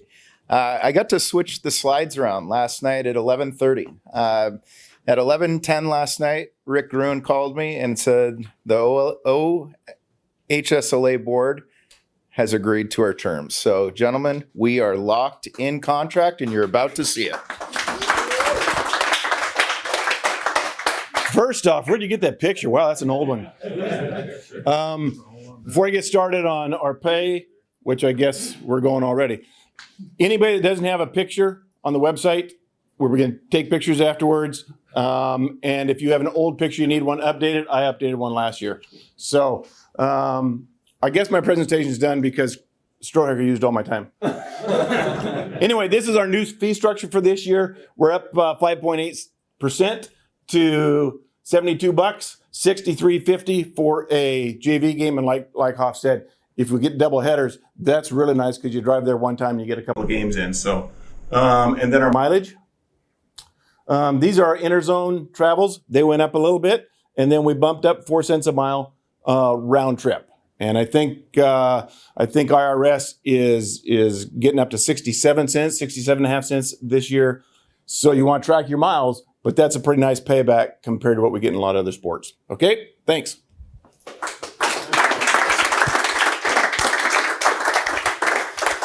We as a board group heard very clearly, it's just more expensive to drive our vehicles. And our time is always worth money, but the gasoline vehicles. So we went up almost 6% on both varsity and JV. This is a big deal, you guys, because we also coupled it with increases in travel. And so this is going to have a net effect for you guys of probably about 7% net on what you received last year if you work a like amount of games. Okay, this is a big deal for us. And certainly when we look at a pregame for football, Neil, starts how soon before a game? 5:15, 5:30. For what time? For a 7 o'clock game. Yeah, So, sorry. okay, so it starts an hour and 45 minutes beforehand. How long is the game experience? 7 to 9:45. 2 hours and 45 minutes. We're there 30 minutes before the game, and our game experience is 2 hours in length.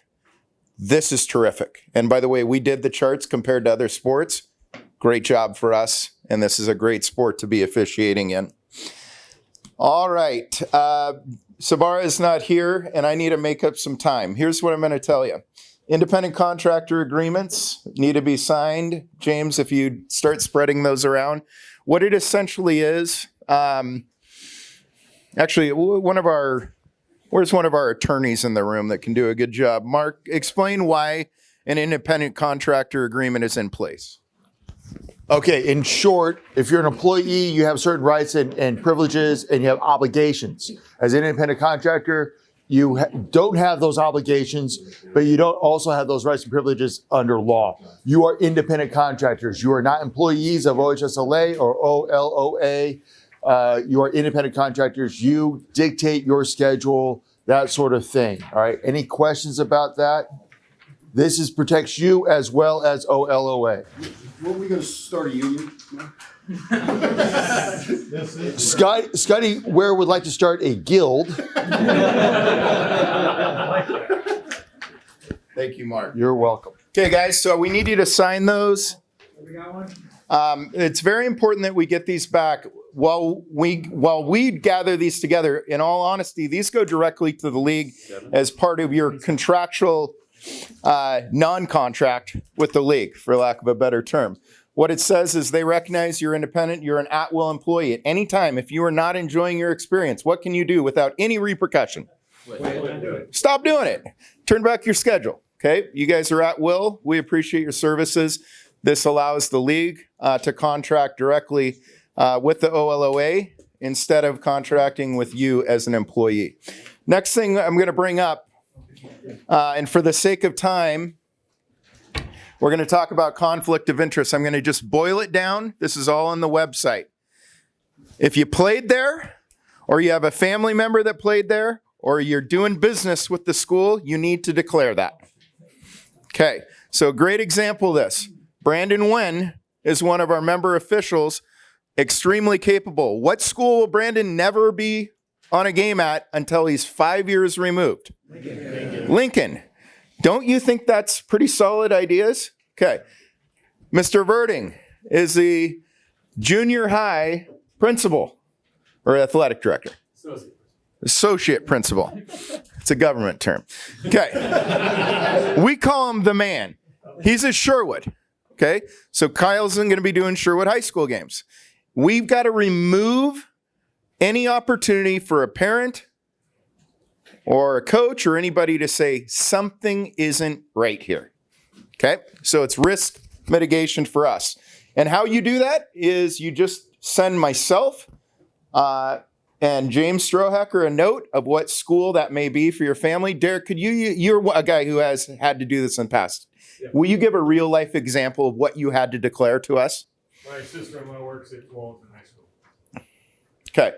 So somebody'd have to do some deep research, but for Derek, he's smart by saying, hey, I can't do that. So what it does is for me, as his assigner, I just go to Brian, hey, Brian, we need Derek blocked on all, what was it, Clackamas or Tualatin games. Okay? Real easy, smooth communication. We don't put ourselves in a tough spot.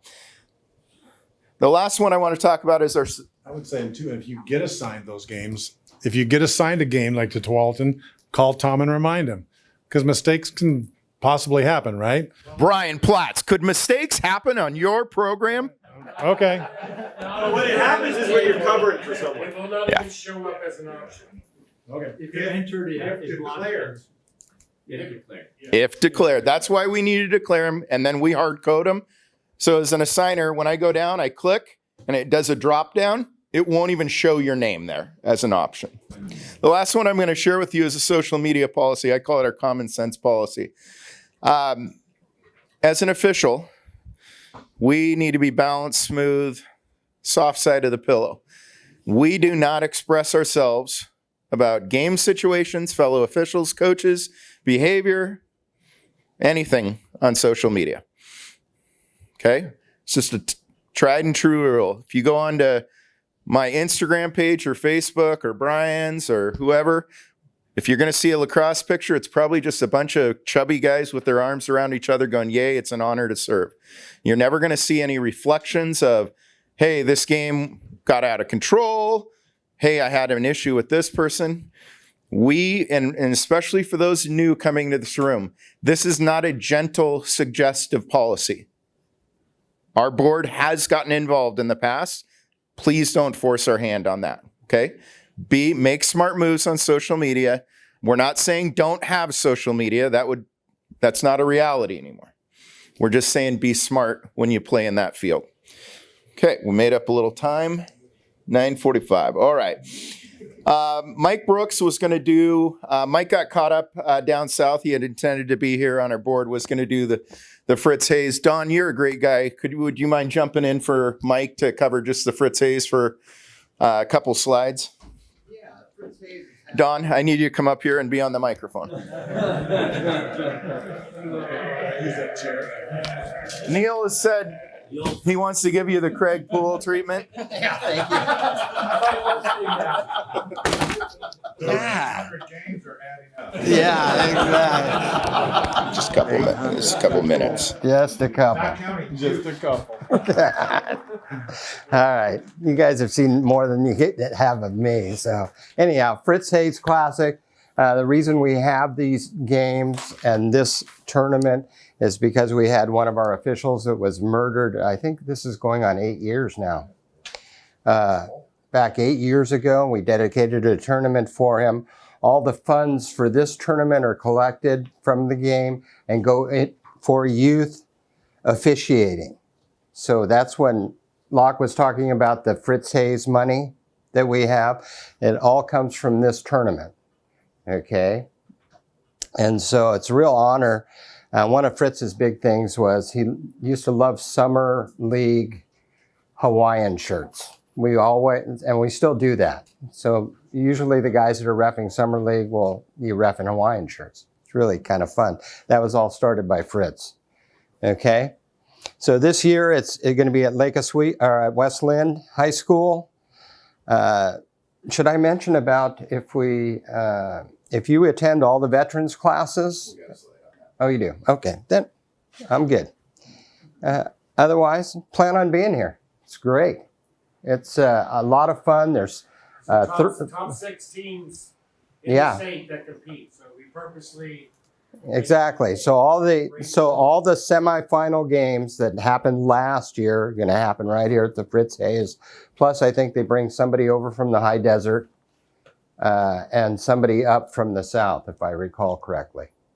This year they got a little different map up, but yeah, it'll be something like that. That's how it was last year. Anyhow. So I put that little at the bottom. Subject to OHSLA change of schedule. Right. This is how it was presented to me. Okay. So I hope I'm done now. You're done. Thank you, sir. I'm going to invite Nick Harrigus and Scotty Weir up. I don't know where do you plug me in? Thank you. Weir on the youth lacrosse. He's a legacy. Somebody had flounder. Thank you, gentlemen. Historically, Bob Weir stood up here in front of you for many, many years. Unfortunately, as we all know, he's moved on to different pastures. But he's been replaced by his younger brother, Mr. Scott Weir, and together he and I are going to be doing the youth official JO training this year. And we're going to also be working on the transition to helping merge those two groups in the future. Same as last year, we're going to have 3 major components to our JO training. We're going to have some online courses that they need to watch. More important, and where we need your help, is we're going to have classroom training. It used to be 6 hours of classroom training that I think people may have died from. But we've pared that down to 4 or hopefully fewer hours of actual in-classroom training for the high school kids. But we've also added, and this is something that we were really excited about the last couple of years, is we've added an on-field component. So we don't just take them out and show them how to throw their flags and blow their whistles. We take them out and we actually get on the field with them and show them primarily mechanics, but also teach them as much as we can in a very short amount of time. It's really only one half of one scrimmage game, which is not nearly enough time, but it's so much better than we've done in the past. The kids love it, the instructors love it, and we also need your help. So I've got a sign-up sheet here. If you're interested in participating in any of those components, the classroom training or the field training, sign up here, let me know, we'll put you on the list. And also, we're trying to do the best that we can to start getting some adult officials on the field for actual youth games. So if you're interested in doing that, I can't make any promises at all, but we'll at least have a list of people who are interested in actually getting out on the field in the youth games, primarily with the goal of officiating a good lacrosse game or a youth lacrosse game.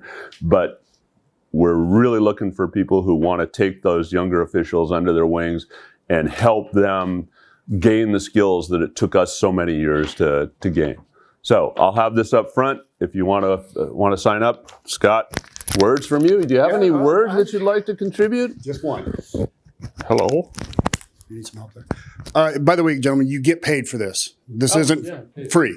I did 22 on-field mentoring games last year. It also gets you in great shape for the season. Went to Hood River, went to Canby, went OES with Nick. I mean, we did so many games, and you'll get 3 or 4 games. Yeah, Brandon. Question, do you need to be youth lacrosse officiated certified? Yes. Yes. Yes, you got to go in and take, I think, 25 question test? Yeah. So it's pretty basic. But yeah, you do get paid, and we need you. I would really encourage the veterans to give up a Saturday. Go out. It's great to meet the kids. It's great to work with them. And like I said, you get to run on the field. Yes, Locke. I was going to say, you'll need that certification for youth for summer league. Anything? Yes. Or Sally. Right. So I highly suggest, and we're going to talk about that later in your qualifications, we're going to highly suggest you take the youth test right after you take the high school test. Yeah. It's also really cool getting on the field with a bunch of 10-year-olds. Their eyes get wide and they're like, we got real officials today. Yeah, and coaches love it too because they learn. A lot of your coaches are in their first year of ever coaching, and you get to work with them because they'll ask you questions about rules, and it really helps the whole process. And I think what Rick and what help me out. Oh, Will, we're talking about earlier. This is going to be a whole component of that. So we're really excited. Yep. Okay. Thanks, everybody. I'll have the sheet up here during the break. Come on up and sign up and let us know your interest.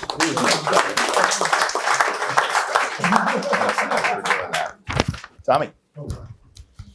This is something we're really excited about talking to you guys about. Last year was jackets. This year is off-season jersey. So in the survey, and thank you to all of you who filled out the survey, we talked about, would you be interested in a summer jersey, something different rather than just the regular zebra stripes? So 75% of you said, yeah, I'd be interested in doing that. So really where we're at is we are in the final mock-up stages of the design of the shirt. The shirt will be a bright yellow, stripes only on one side, down the front, down to one shoulder, and down the back.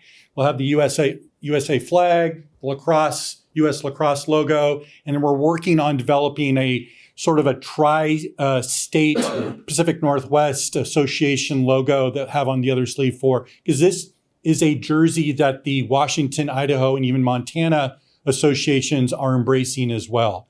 I wish I'd had a markup for you. The company didn't have it done, my company, in time. So the newsletter that comes out around February 11th, it will have the mock-ups in there. We'll also have other information around costing and how we're going to go about doing the ordering. If you are planning on doing summer tournament, this is the shirt.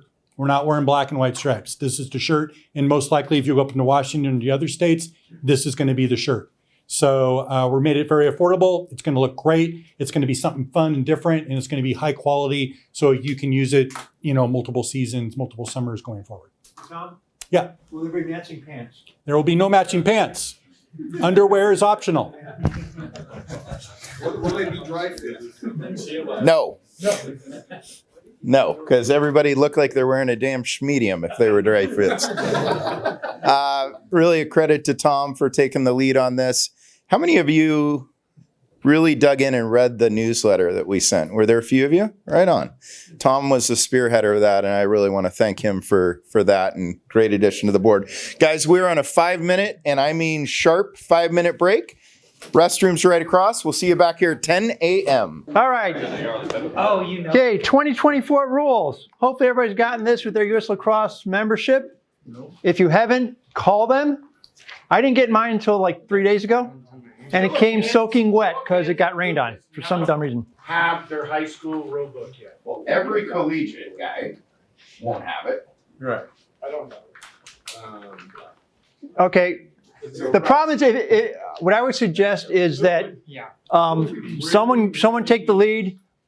Will someone or have the board order 20 of these, because the book costs $8, but it costs $16 to ship it.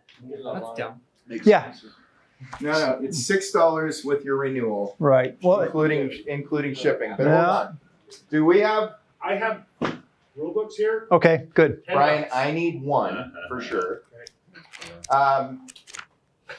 So if you need them, we have a limited amount, but it's not enough for everyone. And that's my issue here is, how are we going to determine? Did all the rookies get one? Did all?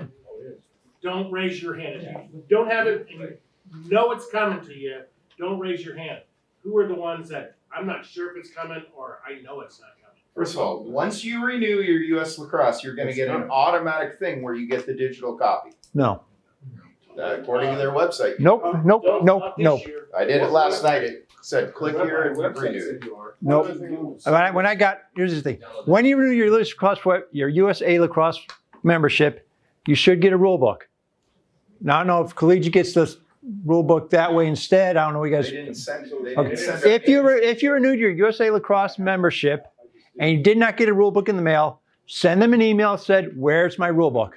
And they'll send you one. So Russell, you have to go in and actually go to the store and order it after you pay the $6, and then they send it to you, because that happened to me. Okay. The other thing you have to do is, I had two different addresses for the store and for the, and so they were sending it to the wrong address. So Okay. I had to update that. Yeah. So. Once you renew your USL. Yeah. So I thought it was free with a membership. You can request it with your membership number, and they'll give you a free digital copy Okay. as well. Yeah. You just have to.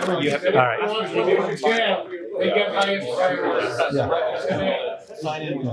Now, if you're in the rookie training class, Don, do you provide them? Where's Huber? Okay, perfect, good. So if you're a returning veteran, haven't gotten your rule book yet, either see Brian or contact US Lacrosse. Okay, good. That's that. One thing on the rules, you'll notice as you go through it, they'll have like grayed areas. Those are the changes. Okay, not every change is documented in the front of the book or in the back of the book. So read the book. If you've come across a change, pull out your 2023 rule book and compare them, see what the difference is. If you want to write down what the differences are, all that, it helps a lot. Okay, rule change categories, there's really just 3 ones. Contact head and neck, player equipment, and miscellaneous clarifications. Not really changes, but kind of trying to fix the words, and some helped, some didn't. Contact head and neck. Again, points of emphasis. The committee, again, every year says, we got to get this extreme contact to the head and neck out of the game. And the only way we can do it as referees is penalize it when it happens. What they noticed, several years ago, they took out this option for high school to be a 1-minute non-releasable. And they noticed that over the years, they said, well, it's 2 minutes. A lot of times, if there's like minimal contact to the head, some referees saying, well, that's 2 minutes because that's what the rule book says. And some are saying, well, it's not really a penalty because it's incidental contact.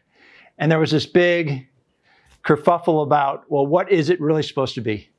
So in the new rules, they basically said that, if it's incidental, if initial force is on the shoulder, let's say, and then I right up in Neil's head, that could be 1 minute non-releasable.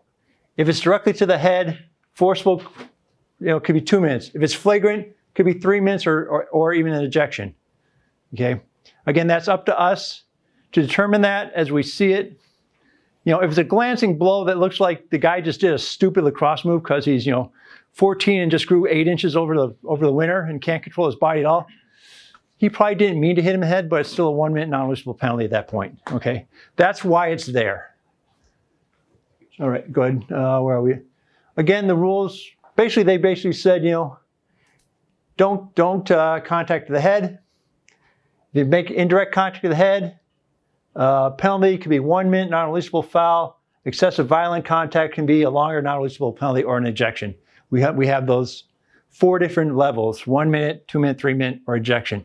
Typically, if you're going to call a 3 minute penalty, it's probably bad enough. It should be an ejection.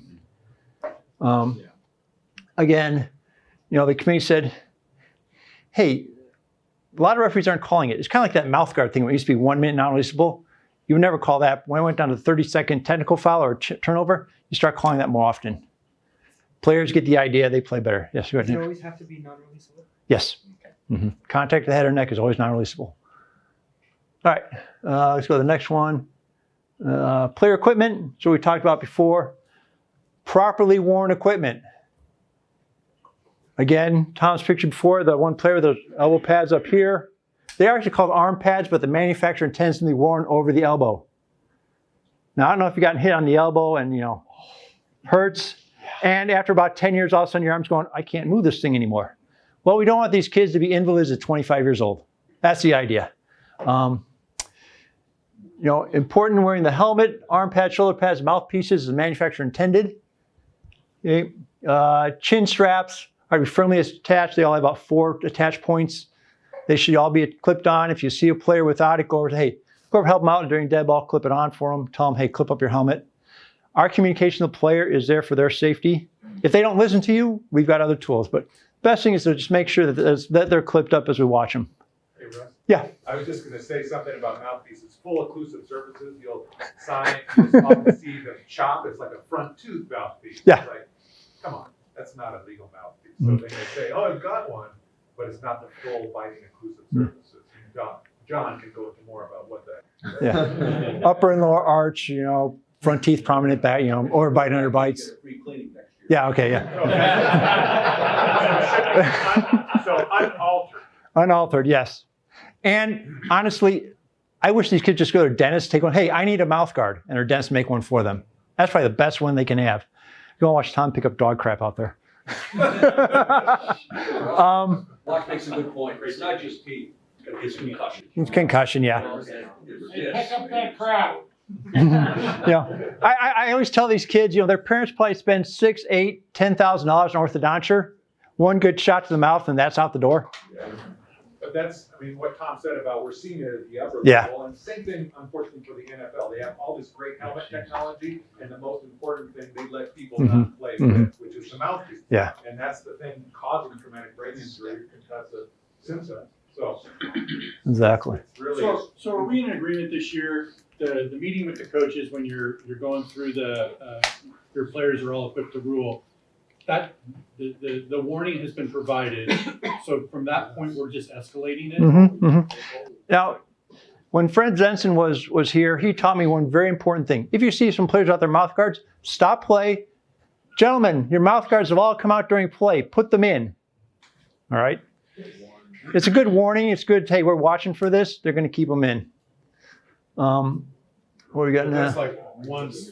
Yeah, that's once. That's not 3 or 4 times a game. No, but don't wait till the last 30 seconds of a tie game to call a mouth guard penalty. If you haven't called it all during the game, be reasonable about that one. Use of illegal equipment, got to be penalized. Go to the next slide. Before you leave that one, Hoff's example of the college level with the helmet coming off, that implies we have the same option. Well, here. Understand the college rule is different when a player loses equipment than the high school rule. Yes. And we'll go into that. And we'll go into more detail during preseason training. Okay. All right. Let's see. Go to the next slide, please.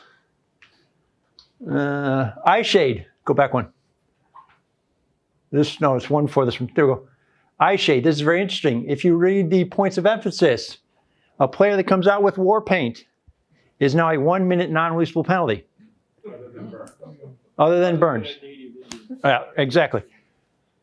the key is talk to the coach before the game. What I would suggest you do is if the players come out the lineup and one team has a couple guys with a big eye shade, send them off the field, award the ball to the other team. No face, okay? Let the coach know that's what's going to happen. On the lineup. On the lineup. Yeah. Sure. Technically, yeah, you can't call a penalty before the game for equipment, but this is an exception that we're going to do. Otherwise, you're going to have, 7-on-7 for first minute of the game because you're going to have 3 players from each team or 4 or 5 or 6 players from each team with the eye makeup.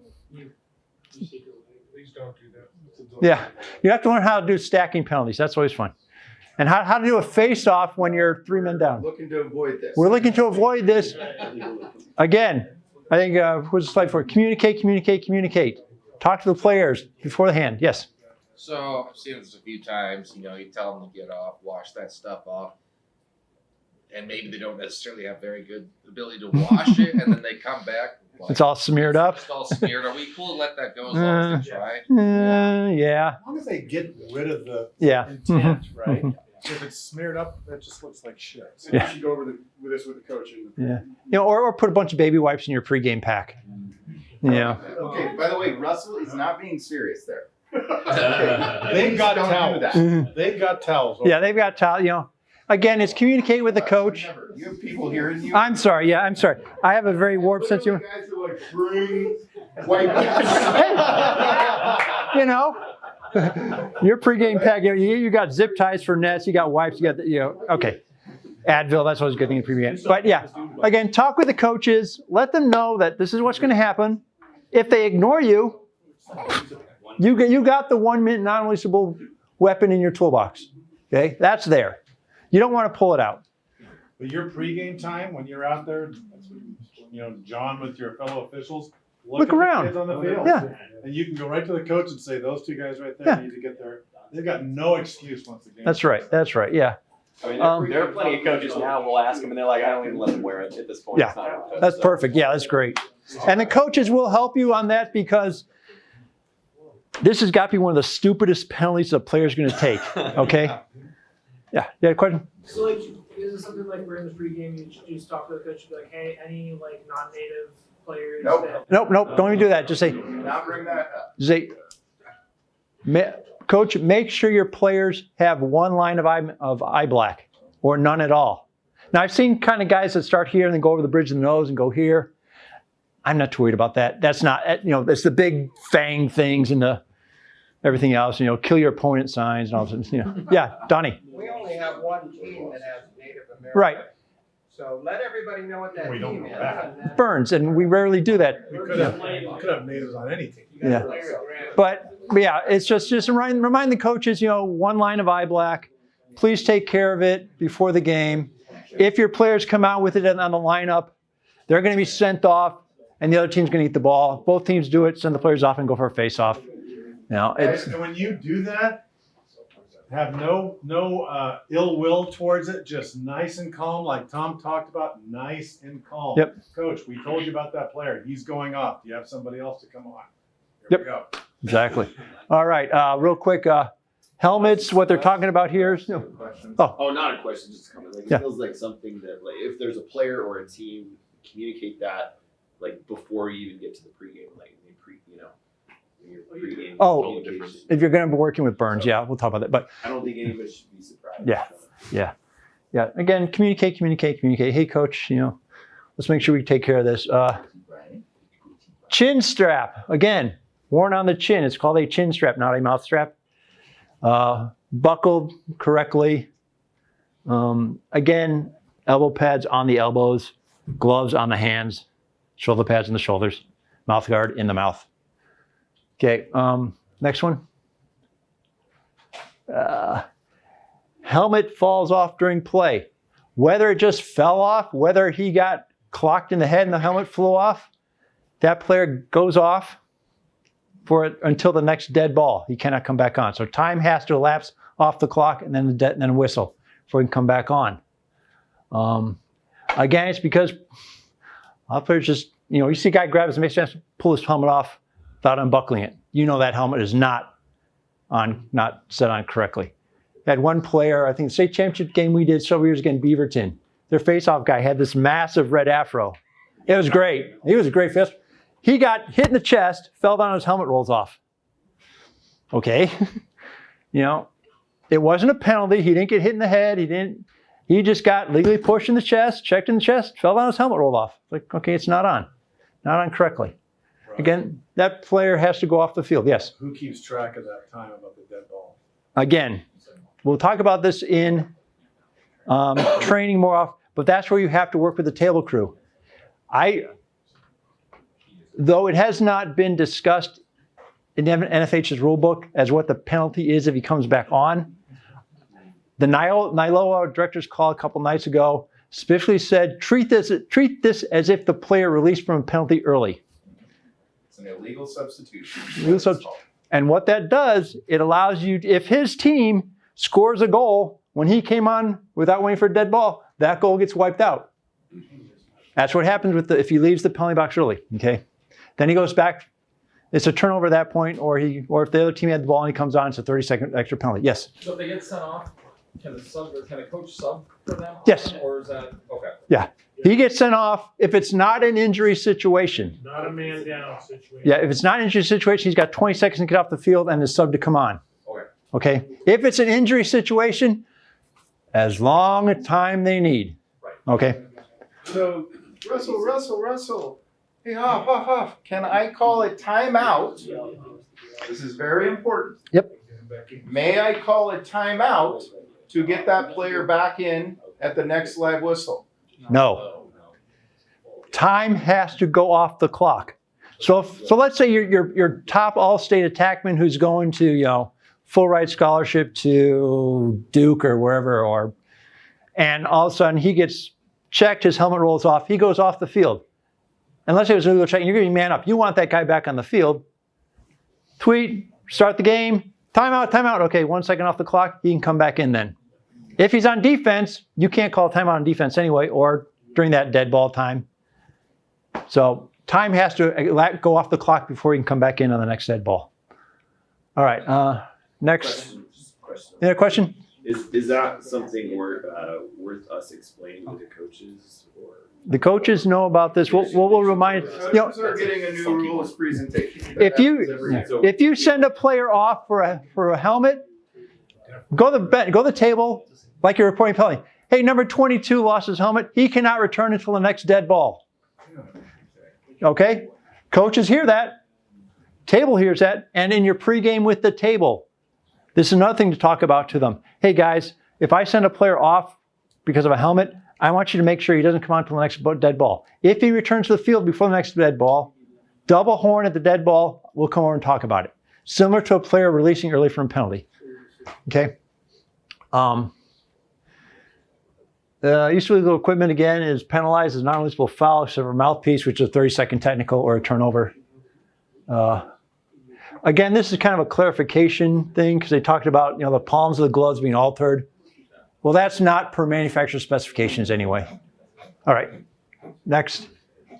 Again, they're talking about colors of numbers, but that doesn't start till 2027, so we're not going to worry about that a whole lot. Again, these are just clarifications on it. Play suspended. Again, those numbers and jerseys, do we have any? If you have a team and you're reffing it and the jersey is pretty funky, you just want to call about that to see if it conforms? Put it in your game notes. This happened last year with Jesuit in their home uniforms. The league gave them a temporary 1-year pass. Yeah. But here's what I'm going to tell you. It's not your business to get in the uniform business. Right. Make a note in the game report unless you just flat out can't officiate the game because you can't differentiate. Because they got a white team and a tan color team and they got white numbers and tan, I can assure you the number of calls and videos that Russ and I review is enough. We don't need to cause more silliness because we're deciding to insert ourselves on, was that tan or is that light beige? Yeah. And it's like, Lord. Some of the things we get. You got to put ourselves white number. Yeah. Then I think West Lynn had something like that. What white on silver. Referring to is the University of Oregon's home whites. They're called ice white with or pardon, they're called white with ice white numbers. Okay, so you can't hardly see the number. Great. That we have not seen at high school yet. Let your collegiate officials worry about that. We have not seen it in high school. Mm-hmm. Exactly. Okay. Locker. Add that these are issues that we are with cups. I mean, so you don't need to trouble yourself. If there's an issue, Mhm. are. Yeah. Yep. Okay. They specifically pulled the goalie cross and made a specific paragraph for the goalie cross size, and that further cements the rule that teams have to have a properly certified goalie on the field, and that player has to have a goalie cross that meets these specifications to be considered a goalie. All right, next. They added this line to our question for which you're responsible. I got to get some more clarification on what is he not responsible for? Cups. There we go. Probably. That's probably what it is, James. Thank you. Yeah, players supposed to wear cups, but we don't check. That's exactly the answer. Yep. We don't check cups. If their mom wants grandchildren, she'll make sure she wears them. Question. Roki did. Well, Roki. The other night in the call, do we hand out a card so there's no litigation afterwards where a coach said, well, I didn't certify? Do we hand a card to the coach that said these? NFHS hasn't given us card. It's collegiate. Not an NFH. When you certify the coach, all three of you or all two of you are there. Coach, all our players legally equipped by rule. Yes. You have two witnesses that see the coach say yes. Okay, that's why you certify coaches as a team, as an officiating crew, not one-on-one, not one by one. Next, clarifications again. They added, the sidelines and end lines have to be continuous now, like the center line. However, OHSLA said because we have teams whose schools strictly forbid them from putting any additional lines on the field, okay, unless we want to, donate millions of dollars to that school so they can fix their lacrosse fields, we're not going to worry about it. We'll write it in our report, problems with field. Yes, their end line isn't continuous because of this thing in the end zone or the sideline. I think we're good enough to know about where that line is, and if we're doing our mechanics properly, we have no problem. We get down that end line, see the ball go out, see players on the end line, we know when they're stepping out or not. Yeah. Face-off line still needs to be marked in some capacity with tape or. My personal preference is, I know where that is. I know when I don't care if they're parallel like this or parallel like this. They're still parallel to each other. Okay. I personally. 10 years ago, Russell never would have gave that answer. That's right. Yeah, where's that line? And if they don't have that 4-inch line, you know what? That's about 4 inches. Put your hand there, line it up. There you go, guys. Or about 1 inch off the ball. Use your knowledge of the game to go. Yep, I know they're not cheating. Good, let's go. I'm not going to worry about it a whole lot. The only time that center line really makes a difference is if that riding tag kind of steps and like, is he over? Well, he's in that dead zone. I don't know. I'm not going to worry about it. Okay. Again, don't worry about it. They say captains or captains. So now you have multiple captains out there, which they usually have, which is fine. Okay, come on. Again, these are chief bench official.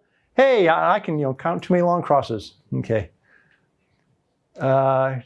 Again, teams have to have a timekeeper. The CBO doesn't have to be responsible for timing.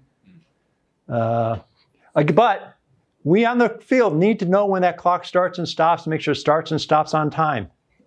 Okay? Especially towards the end of the game. You got 30 seconds left in the game. You blow the whistle and the clock kicks down 6 more seconds. That's a huge amount of time for a team trying to score a goal. Or it doesn't start for 20 seconds. Okay? Be aware of that as a crew. Discuss it during the pregame. Hey, who's ever got, and the field's different, who's ever got trail, you got the best view of the clock. Watch the clock when you hear the whistle, take a look at the clock. Yep, it ticked. Okay, good. All right. Talk about that as a crew. Again, communicate. Facing off. Again, this has been basically the rule that your first move is not to clear out your opponent on the face-off. Now, if both players come together and hit shoulder pads while they're fighting for the ball, hey, if they're doing it equally, great. Let them decide who wins that face-off. All right, don't insert yourself unless you really have to. Okay. Again, they kind of said, within 1 step, said immediately, and then they said, okay, yeah, this is within 1 step. two players down there scrumming for the ball. They could be like have the ball trapped between both their crosses and they're both fighting for it, or they're really fighting for it. I'm kind of gonna let that go unless one's really getting a clear advantage or putting the other player at disadvantage. Let them determine who's gonna win that face-off. Cheat equally, guys. Come on. Final 2 minutes of play. This is an important one. Yeah. Stalling rules will be effective. Team ahead by 4 goals or less. Get in, keep it in procedures. What the rule said before is they just said warn to keep it in. Well, there's the get it in part also. Teams ahead by 3 goals. They cross midfield. Get it in. That first means, oh crap, I've got to get in. Oh, and I have to keep it in. Get it in. You're counting your 10. They step in the box. Keep it in. Nice and loud. Everybody knows. But at least this is stepping across midfield. Get it in. They know. Or you're restarting outside the box. Tweet. Get it in. Now they got 10 seconds to get in the ball. In the box. That way they don't run in, touch the box, step out. Oh, you never warned me. Well, dude, you should know the rule. But now, hey, I told you to get it in. Okay. That's something that's mimicked, right? Yeah, all 3 of you guys, get it in, nice and loud. And we'll talk about positioning on that on mechanics, where you really want to stand, best places to be. Think of the mechanic there just like a flag down. If you hear flag down, I'm not even looking at the play, right? I got my area of responsibility, but if Neil yells flag down, what am I doing immediately? Flag down. Flag down. Doesn't matter where on the field I am. Same thing here. You may not be looking at that, but if you hear one of your partners keep it in, just echo it. Mm-hmm. Yeah. Yep. All right. Again, they kind of clarified this on facing off when the face-off ends. Now, yeah, if you don't know who sent the ball out of bounds in that midfield area, it always was go reface. If the face-off hasn't ended yet and something happens, inadvertent whistle, player loses equipment, ball goes out of bounds, you don't know what happened. Get him back, reface it. We getting closer, bud? Yeah, we are. Again, this says, if 2 players are equidistant, I don't know. How many times have you had 2 players equidistant? I've never had that. Award the ball to someone, but be in the best position to award that ball. If you're calling that out of bounds play from 10 yards above GLE instead of down at the end line, coaching, hey, my guy, what about, it's like, but if you're on that end line, yeah, he was closer, coach. They really don't have much. You're 10 yards from play and they're 60 yards from play. Okay. Just use all positions sparingly. This is the weirdest one that they changed. Player has a ball on a stick, brings it into the goal, and drops the ball. Last year, that was a goal. According to this new rule, which is kind of odd, it is no longer a goal. It is a no goal. And award the ball to the team whose goal the ball was in, or team B. It's a weird rule that's not documented anywhere, but it's highlighted in gray. And I have asked questions about it, and the general consensus, yeah, because the ball is not loose when it crosses the plane of the goal. That's the only reason why they're saying it. So Russell, I'm going to play this. I'm going to be devil's advocate. Yeah. I'm a pole. I pick up the ball. I've got 2 men riding me. I immediately head to my own goalie in my own crease, and I lift the ball and I put it into my own net. It's not a goal. According to the new rule, that is not a goal. Wow. It's a trip. Yeah, that's according to the language in that rule, exactly. I agree too. I have now. I don't know. I think Nick follows the Lacrosse Officials Facebook page, and I posted that up there. Hey, what about this? It has to be controlled. And the general idea was, yeah, it's not a goal because they didn't cross on a loose ball. And one referee, I don't know, Harold Buck, who's really a smart guy from Minnesota, said, that's got to be a typo. That's going to be the stupidest thing in the world, kind of thing. But again, that's the way it reads until the NFHS comes out with a memo that says, oh, we screwed up. That's what it is. Good. I think it's for the youth, so that if the goalie has the ball and the stick goes in the goal and then he drops it in the goal, it's not a goal. Yeah, but it could be JV. I mean, it could be a JV goalie who's first time there. Okay, first of all, for clarification, this is a high school rule, not a youth rule. It's a high school rule, but right now until they say it's no longer correct this way, this is the way it is. I've never seen it happen. Pretty good scenario there, though. Yeah, but again, as Captain Sully said, when his plane got 2 birds knocked out 2 engines, landed in the Hudson. So everything is unprecedented until it happens the first time. And We gotta get rolling here. okay. Going next. Goal not counted. All right, this is just clarification. No change to that rule. We'll go in these more detail in the next slide. Restarts. Again, it's just fixing words. Don't worry about it too much. Technical fouls. Again, fixing words. Clarifications. Nothing that we don't do already. Go ahead. Unsportsmanlike conduct. Again, this is the defensive player going the goal, acting like a goalie. They're just saying his second time on that team is a releasable unsportsmanlike. Yeah, they cleaned some stuff up. I think they just moved stuff around to put in the right sections. Nothing new, just moved it around. Okay, go ahead, Tom. Next. Well, that was the next one. Okay, conduct. Over that one. Yeah, next one. Mechanic. This is the Strokanic. All right. Favorite. Red goalie, are you ready? Blue goalie, are you ready? Are you ready? In all humor. Brandon Merrick. Don't. The playoff game was done. Game tonight. All right. Thank you very much. We'll go over all these things in the Defensive player hits an offensive player who loses his helmet. Is he forced to go off? Yes. If you lose a helmet. Foul. Yeah. Okay. What now in college? Well. See, they talked about in college saying, okay, it's not a penalty on the offensive player for using helmet. In high school, though, if you lose a helmet for any reason at all, a guy takes your head and goes, throws it over there. You still have to go off. He's going to go off for 3 minutes or probably get ejected from the game, but you still have to go off. Okay. Now that's only a helmet. If you lose a glove, a shoe, whatever, mouth guard falls out, that's a different story. But helmet, you have to go off. Okay. All right. Yeah, pick up the pace a little here. What's really cool, Russell, thank you. Russell serves as our chief rules interpreter. Does a great job working with myself and others throughout the season to get quick answers, quick turnaround for rare situations. If you have one of those unique situations, just email us. We love those.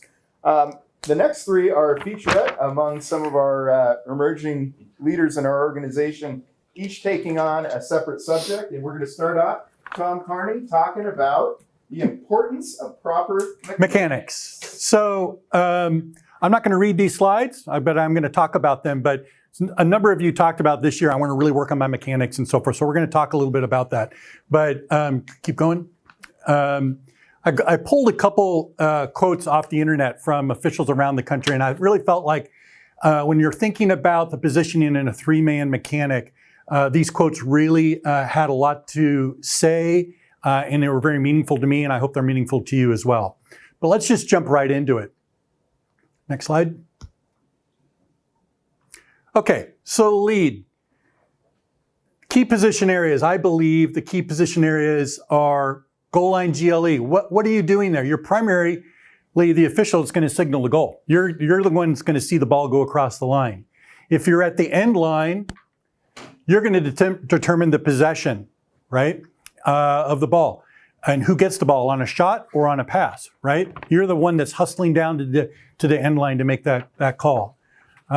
Your focus, front of the crease. Don talks about this in rookie training. It really said a lot to me during that time, is you got to protect the goalie. But there's a lot more around that concept around protect the goalie. But your focus at lead is you're right in front of the goal. You're protecting the goalie. Behind the goal, you're observing the defender, guarding that guy at X who's trying to get around to him to bring the ball up to GLE and beyond. So that's your real big focus. And then lastly, you're transitioning from trail. This is a really big one. I got some feedback last year during my evaluations around moving. Now you're transitioning, got to move to the bench side. You're looking at the box. You're the last one going there. Some of your veterans will call it you're in the rocking chair, but really you got a lot of focus to what's going on in the box, making sure the substitutions are right. You're counting. There's a lot of things going on, as well as making sure if the ball's going back towards the midline, calling over and back, or a push by the defender, There's a lot of stuff going on. So in lead, those were your 5 big things. When you're on single side, my 5 big. In a settled play, you're setting up about 5 yards above GLE. You got that whole side of the field, and your big focus there is the front of the crease, observing the shooters, observing the defenders. You're sort of protecting the goalie as well, but you got a big area to focus on because that's where all the action is. You're ready to move to GLE. Why? Because if your lead is going down and looking at something at the end line, you've got to replace him at GLE. It's really important that we have somebody on GLE because we got to be able to make the signal if there's a goal, if somebody's stepping into the crease and violating the crease. There's a lot of things going on, and you and the lead have to be looking at each other and in concert. If they're moving, you're on a rubber band moving down with them. If they move back up, you go back up to your 3 to 5 yards above GLE. Single side owns their sideline. So you got a lot of responsibility. Not only are you calling out of bounds, but as the ball is coming up from and transitioning, the ball might be out of bounds. You're also giving that trail official who's going to whistle the ball into play the signal that, okay, the player's in, you can blow the whistle. So you got a lot of responsibility for that whole sideline communicating with your trail official. You own the counts. A lot of going on, especially rookies. If you've not done this, it's daunting because you've got the 20-second count to get the ball over. Then you got the 10-second count with your hand signals. You've got a lot of things going on as the ball is moving up the field. Most importantly, big evaluation point is get in the habit of twirling. Once you start the counts, twirl. That signals to not only your 2 partners that you've got the time, that we've started the timer. Guess what? The coaches are seeing you do it as well, right? And you're sending the message that you're on it with them. And then lastly, you're supporting the offsides call during the transition. Getting up to that midpoint line, counting forward, counting the count as well as counting bodies. There's a lot going on in single side. But these are your 5 big focus areas that I think about when I'm on single side. And then trail. In settled play, you're watching the shooter and passers for late hits. Big thing for me last year with my focus on not ball watching, right? So I really concentrated on stay with the shooter, stay with the passer, stay with the shooter. That was constantly going through my mind when I was in trail because there's a lot of hocus pocus that goes on after a guy passes the ball or shoots the ball that you want to pick up. When you're not on the ball, focus to the front of the crease area because if the ball's down below GLE, there's stuff going on. Your 2 partners are looking at what's going on down there. You got to be kind of centering your attention in front of the crease because you want to make sure that the defenders are not holding offensive players from moving through or anything like that. David, did you have a question? Oh, okay. He's telling me to hurry up on my slides. Oh. Responsible for behind the goal. Where are you? Okay. Oh, so yeah, as the trail, your most important responsibility in a lot of ways is the goal behind you, right? So go ahead, Tom. So anticipate what's going on in the game. If the ball's getting kind of crazy, it's off to the side, and you think the ball might start transitioning the other way, start moving in that direction. Be ready to start moving because that goal behind you is what you're ultimately responsible for as you transition the lead. So be prepared. Don't get your feet stuck in the mud. You're obviously closest to the benches. So you got to have your ears turned on for the coaches calling timeouts. Think about what's going on in the game. Boy, this is probably a time where the coach is going to call timeout. I got to turn my hearing aid up, right? And make sure that you're listening for a timeout. You're also responsible for what's going on in the substitution box. And you're also probably going to be the one communicating to the table a penalty. So you've got a lot of things going on. And then lastly, relaying penalties to the table. Make sure this is your moment. This is what Don taught us in training. Take a breath. Make sure you got the penalty correct from your partner. If they're calling it to you, take a breath. Go slowly through your C note. Make sure that the bench has it or the table has it. Make sure they give you a thumbs up, and then move on. Okay, so these are some evaluations from people in this room to me. Okay, so but it's all around field positioning.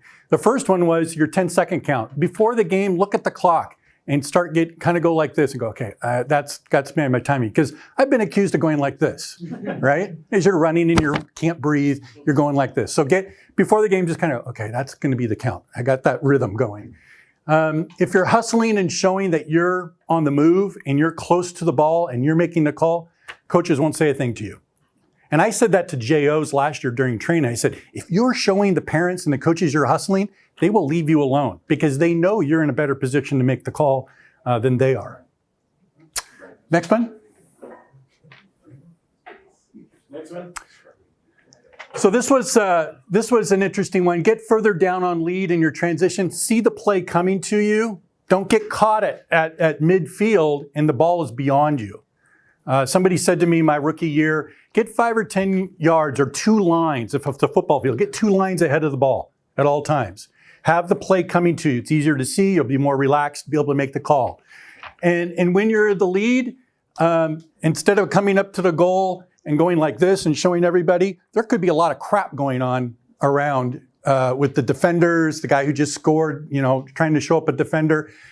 Call it so you're looking at it, so you don't miss anything, because your partners might be dealing with some other things as well. So just where your eyeballs are. And my favorite one.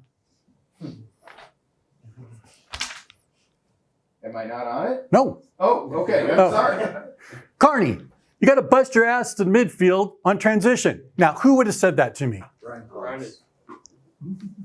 Neil Ryan. The big sexy. You like that, Brian? Everyone is your bailiwick. So, I really enjoyed the fact that Tom assigned me this because the mechanic really makes a lot of sense. I watch it on basketball. Basketball officials have very similar mechanics as we do in a lot of ways. But the big thing is you get done with a game and you've had a good game with your other 2 partners because you know the mechanic was good. You walk off the field going, we didn't miss a thing. And that's really for me, that's very gratifying going off the field knowing that we did our job when we were in our specific position. And so that's what I encourage all you to do this year. Nice job. Thank you. So isn't that great to see? That's Tom Carney's first official presentation in skill building to you guys. And we're going to be doing that more as a board. We kind of are identifying our up and coming talent and really, if you're interested in doing that, thanks, guys. Congratulations, Locker. If you're 20 years it took. If you're interested in making a presentation in front of learner. our veterans groups or whatever, please let me know. I'd appreciate it. Lock Chandler, managing the crease. All right, crease play. And so as Tom just talked about is mechanics. Part of mechanics is communication. And so communication amongst each other that we're working with, but also to the people who are watching. So how much of communication is verbal? I have a slide on that later. Oh, you do? Today? No, for now. Okay. And so most of communication is nonverbal. You'll see different numbers, but usually 7% is verbal communication. Yeah. 7%. Usually it's under 10%. And so part of it is how do you look? Do you have your shirt out? Do you have just 12-day shadow going on? Whatever it is. It's like, so you're selling an image to not only the players, but also the coaches, but mechanics and positioning is a piece of that. So if you're in position, then the players, have some expectation, the coaches have some expectation and understanding, but also the stands, because you're in the right spot. Crease play is where a lot of stuff happens. This is where games are won and lost. And so you want to have the proper mechanics. One, you don't want to be in the way, because you want to let them play. And so there's the art. You want to be close enough to make the call, but not too close to be in the way. And we always talk about you want to keep that play in front of you. So you don't want to, what we say, lighthouse, where they're running behind you. You're always adjusting to that. And as Tom talked about, it's always a rubber band. And so everybody's moving according to where that ball is. If I go down to the end line, because I'm watching the play, who does the ball go off of? That single side's going to come down. That trail is going to come down to catch it. If the ball's going to the far side, I may get closer. That trail and single side should always also be moving over. And so you're really moving as a unit according to where that ball is. And part of it is accuracy of the call. And so you want to be on the lead. It's like one of the times, I don't know how many games, I've been a part of or watched with my kids playing. It's like, how can that ref make that call? He's way out on sort of the restraining box, and he's making a call for the crease. It's like, man, that's a tough call to make in the best of times. I mean, how many refs have been close enough to catch a ball that trickles over that goal line, but then because of the curve comes back out? And if you didn't get close enough, you'd miss that call. How many have been in a game where the net is so tight that it bounces off as if it hit a post, but you saw it hit the net because you had that closeness to it? And that's really what you want to do, is you want to have that accuracy. So always be moving, always be counting. Is there offsides here? We have some transitional stuff that's a little bit sketchy. Oh crap, we've got 5 guys up here, or 7 guys, depending on what's going on.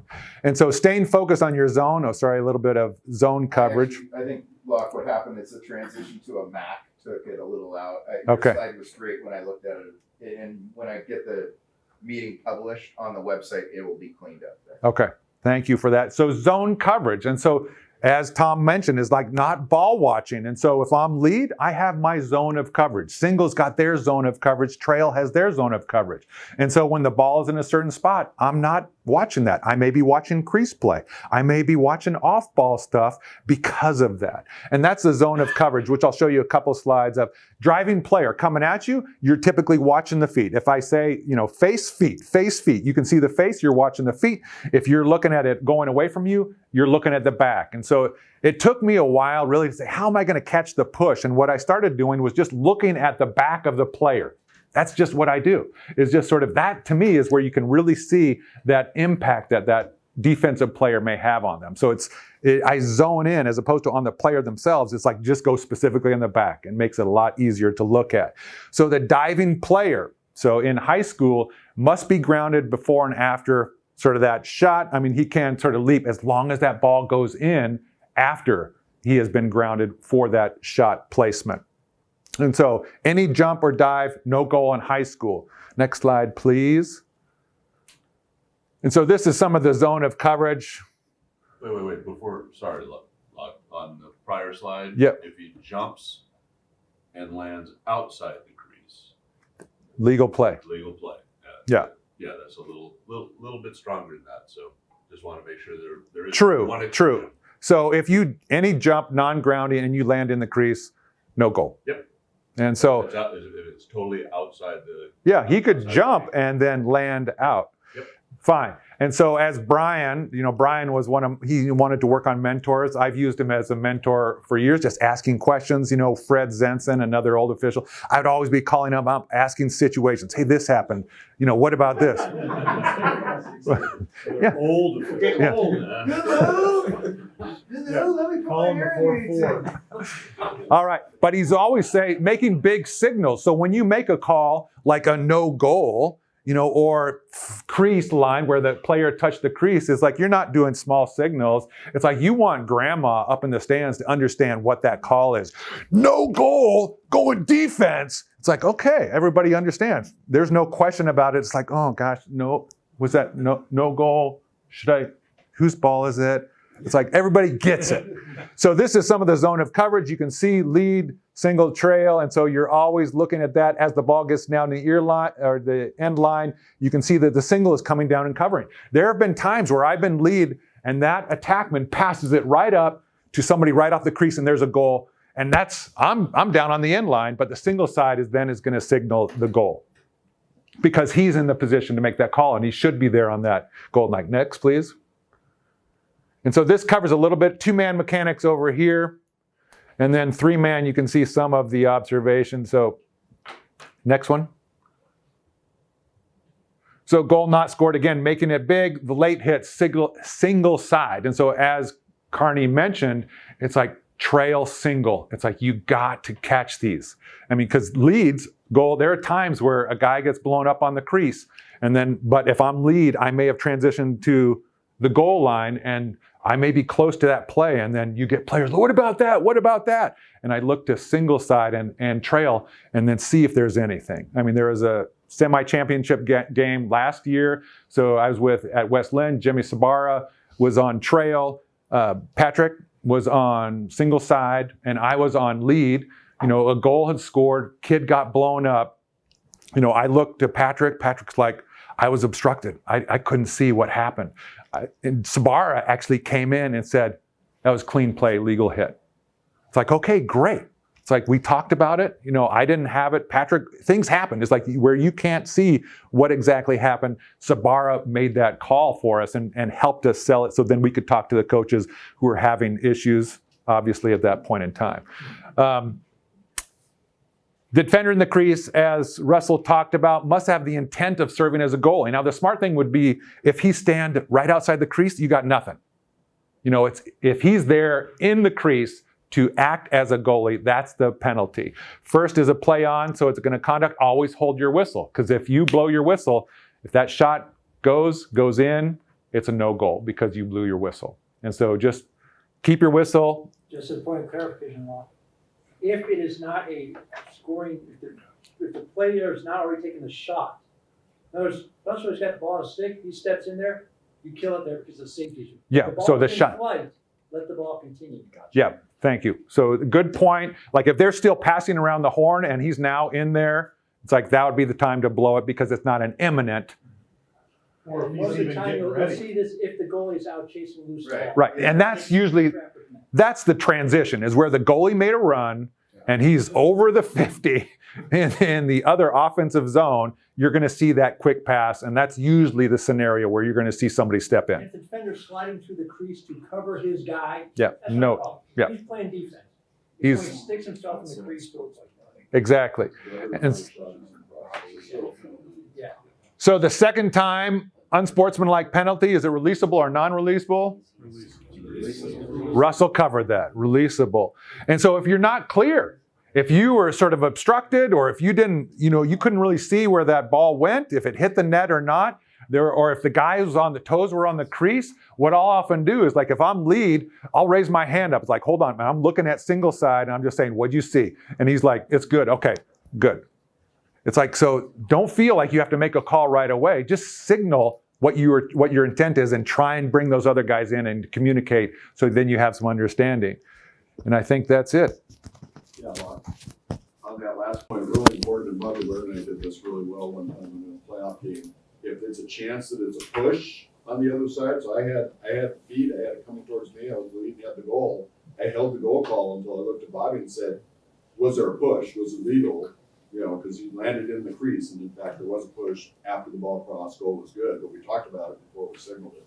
So especially on your first point about who's got feet and who's got hands, take that time. Yeah. You got the time to run out the signal immediately. So again, the bottom line is get comfortable coming in as the ball goes in, rubber band with your other officials, helping each other out, communicate well. So the point is to sell it, not only for the crowd, but also to have accuracy, which is really what our job is. Good job, Locker.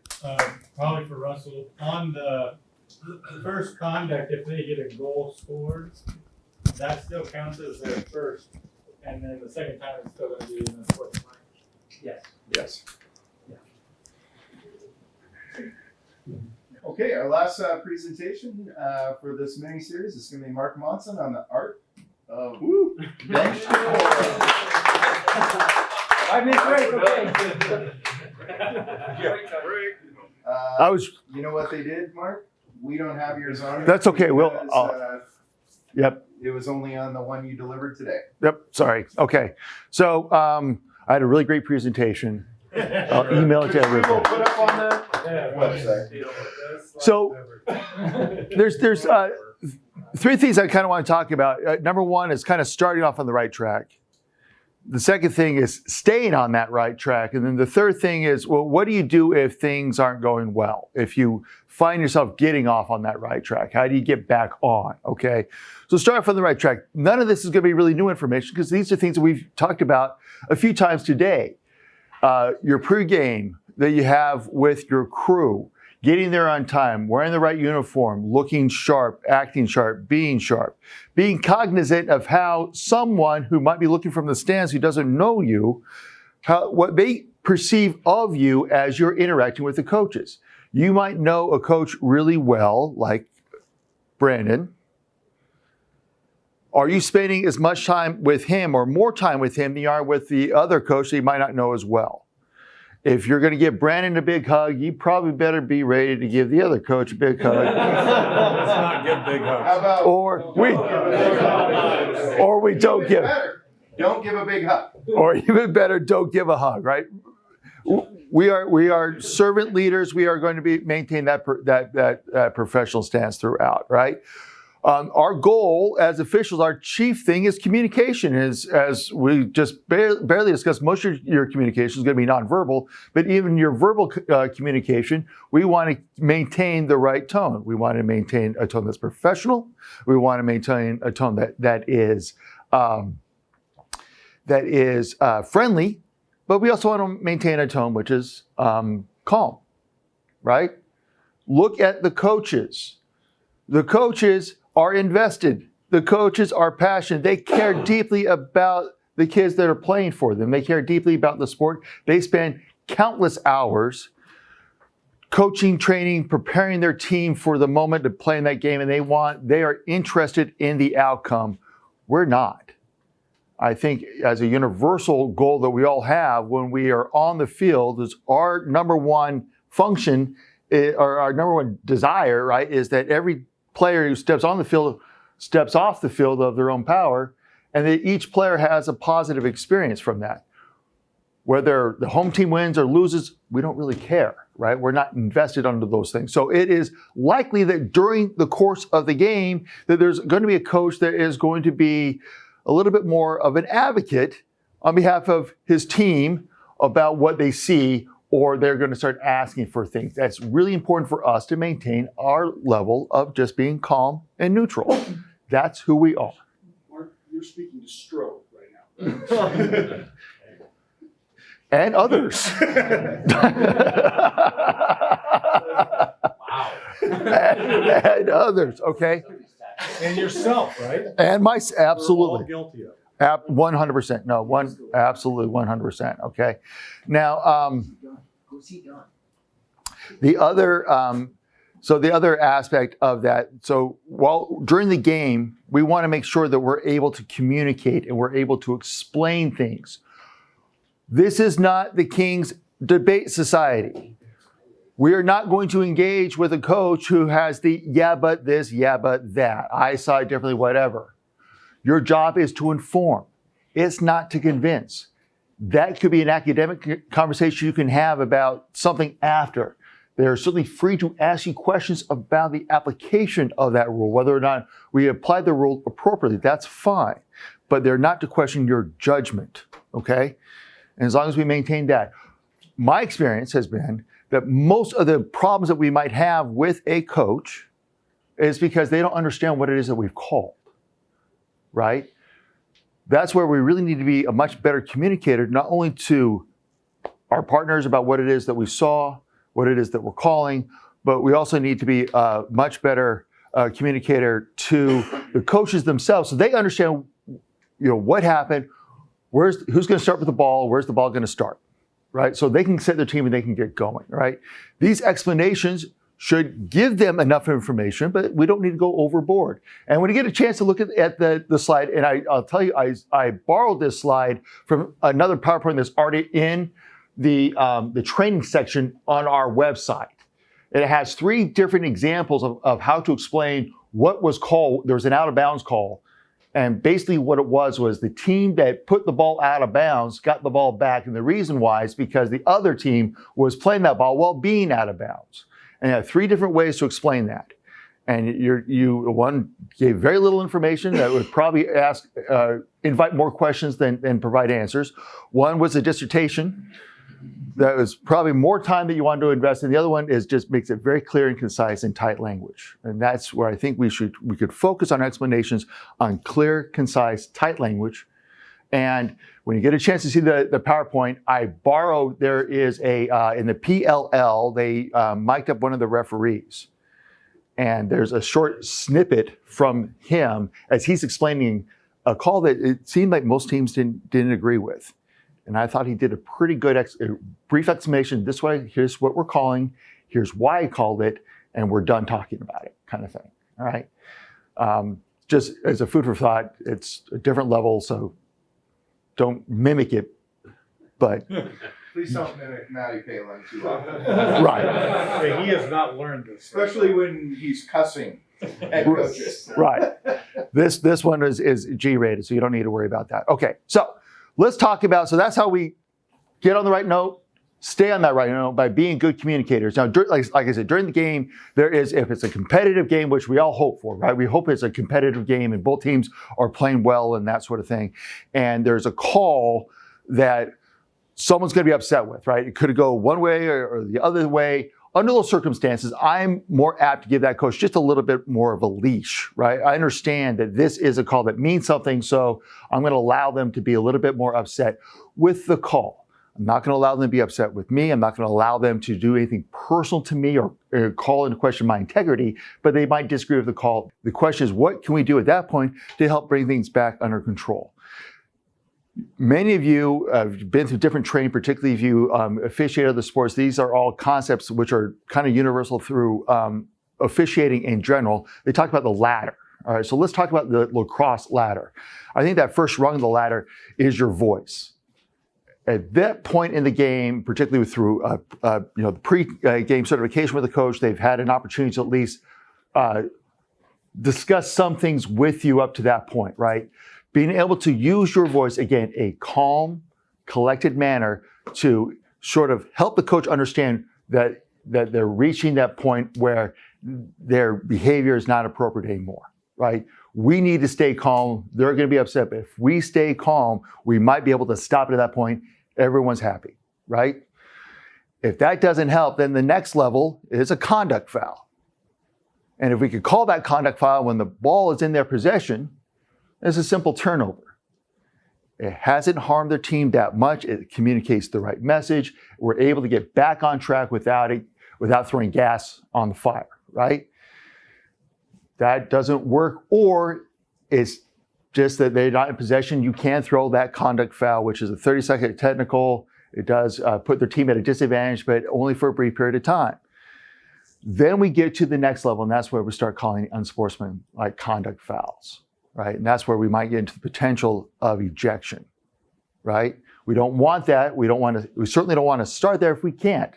But if in the course of the game that all of a sudden we go from that, 0 to 60 that quick, it might be appropriate under those circumstances. Do yourself a favor and do your fellow officials a favor and use these tools so that the coaches understand that these are the levels that we're going to apply throughout, right? If you allow a coach to get inappropriate with you because you don't want there to be that ejection, you don't want to have to do the paperwork, or you don't want to have these auxiliary concerns that they might have about fines and so on and so forth, right? All you're doing is you're setting the next crew up to have to deal with those things.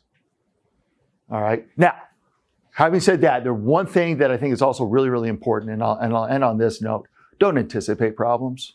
Don't go to the game just because a crew before had trouble with the coach. Don't go there with the baggage that this is going to be a problem. Treat every game as if it's brand new. We all are growing and learning. And I think that's a great ending point. There are times where maybe you had a previous game with a coach and they were just not the greatest guy. Just the next game I have, it's like I'm always having a clean slate. It's like here we're starting again. I'm right. Bringing it in. Just it's brand new. Absolutely. All right. If you need a picture taken, you haven't done it yet, meet me outside. Thank you all. Hold up. We have a 5-minute break. We need to be real diligent. We're on our last 55 minutes here. I need you back in 5 minutes. Great job, Mark. Thanks for it. Nice Great job. All right, guys. Looks like we have a few more coming in. Donnie, could we do that at a break or whatever? Yeah. All right. Okay, firing squad ready? All right. Pretty special thing that we're looking at today. Both Jim and Leo Gonzalez and Jim Hupp have been longtime veterans. Leo for 15 years and for 14 years, and Jim for 13 years. And these guys revolved in an area down in Corvallis, Albany, Salem, Eugene that didn't always have the peak lacrosse. And yet these guys really were troopers and helped build culture. And I wanted today, first of all, for us as an association to thank them for their service, because both have hung up the stripes.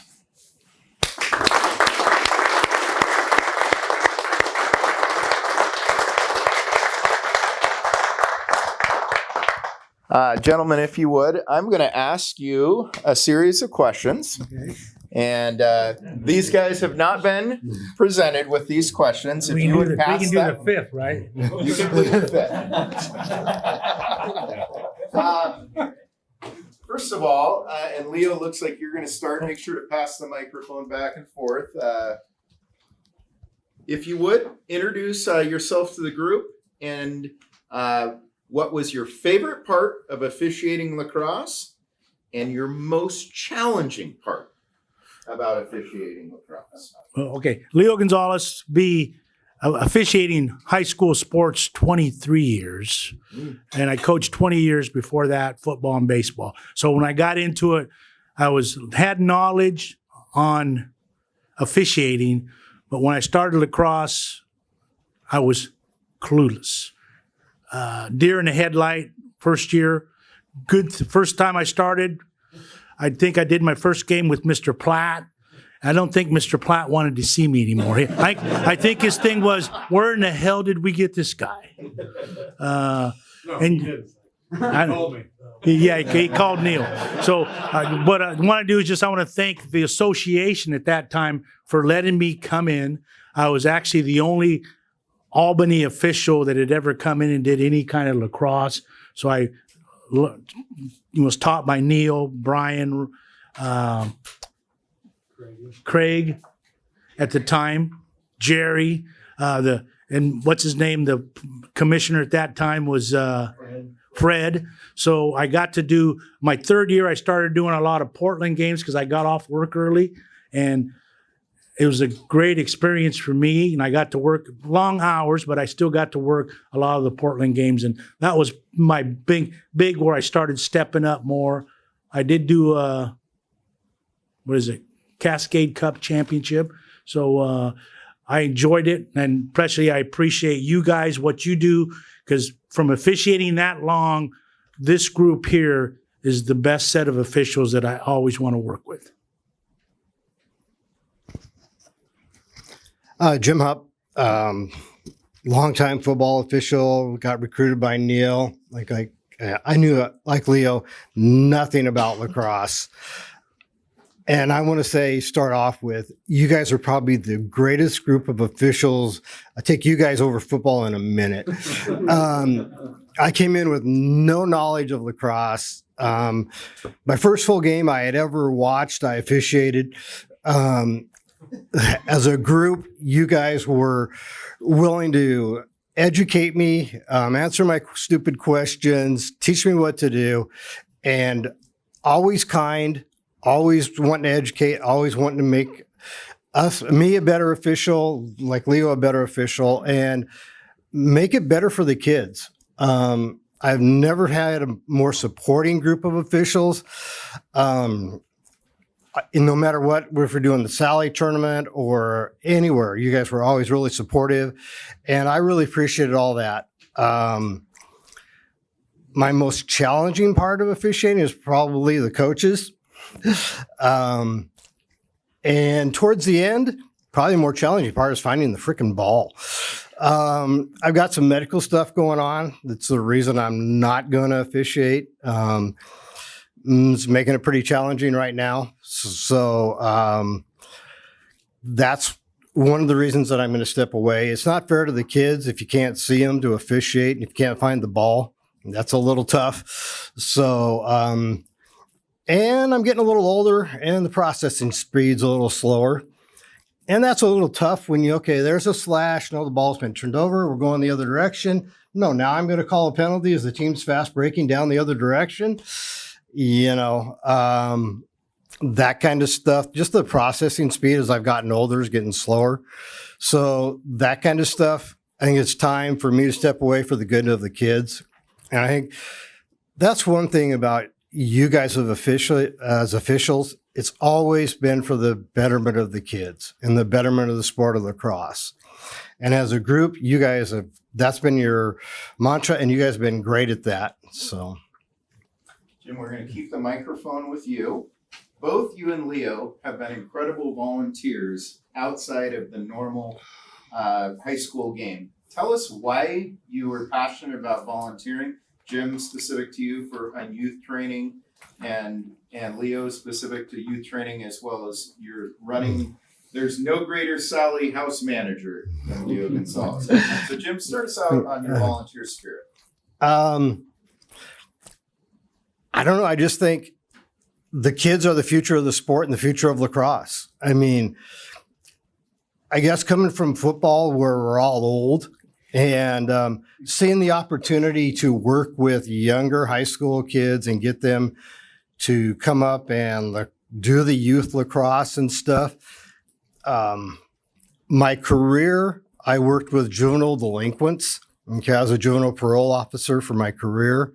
So working with kids just came easy and natural for me. I enjoyed that. I enjoy the high school, that teenage mind and spirit. I mean, their goal is to challenge you and make your job miserable.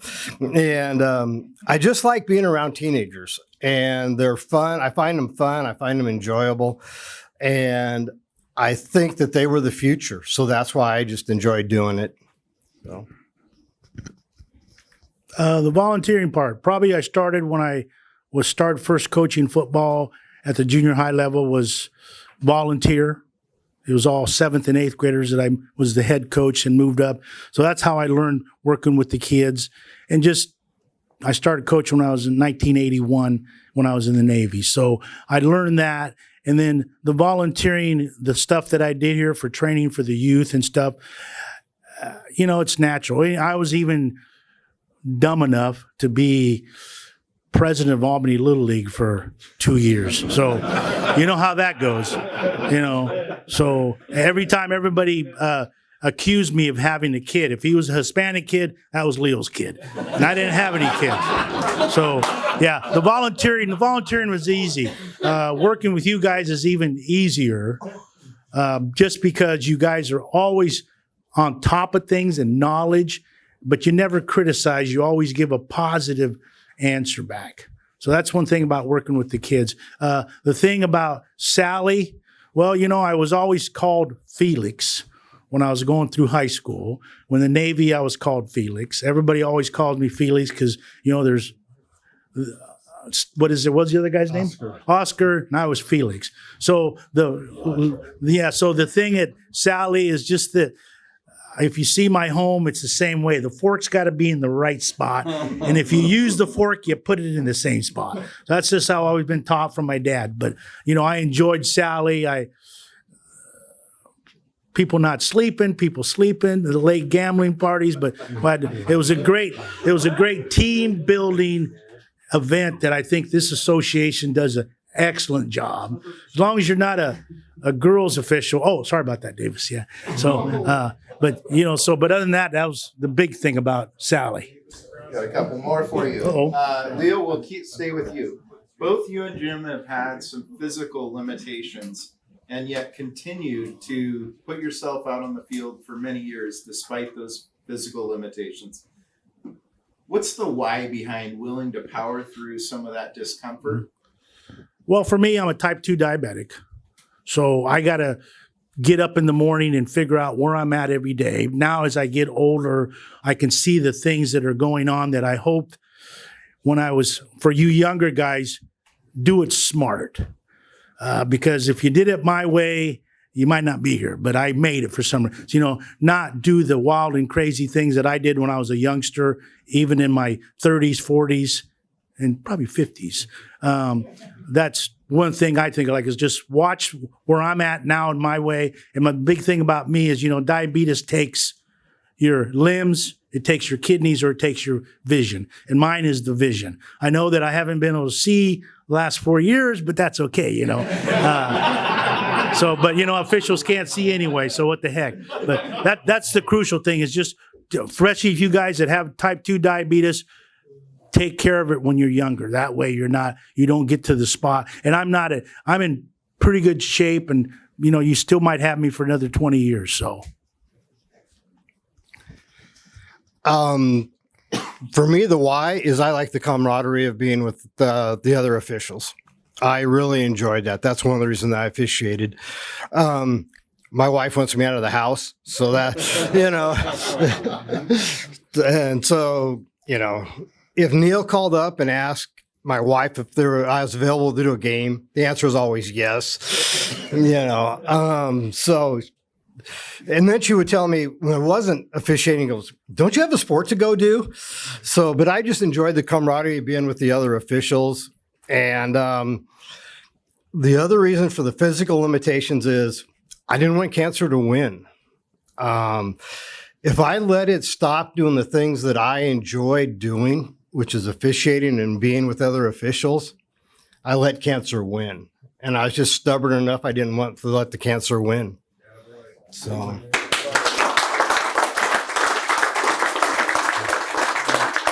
couple more, but Locke, you had a question? Okay, before you got to the end, I just wanted to say some of the funnest times for me has been repping with both of you, and especially Jim down at Sally. I always think highly of those games that we had together and really enjoyed. It was 3-4 games. Oh, thank you. Thank you. Okay, we got two last questions. We'll stay with Jim.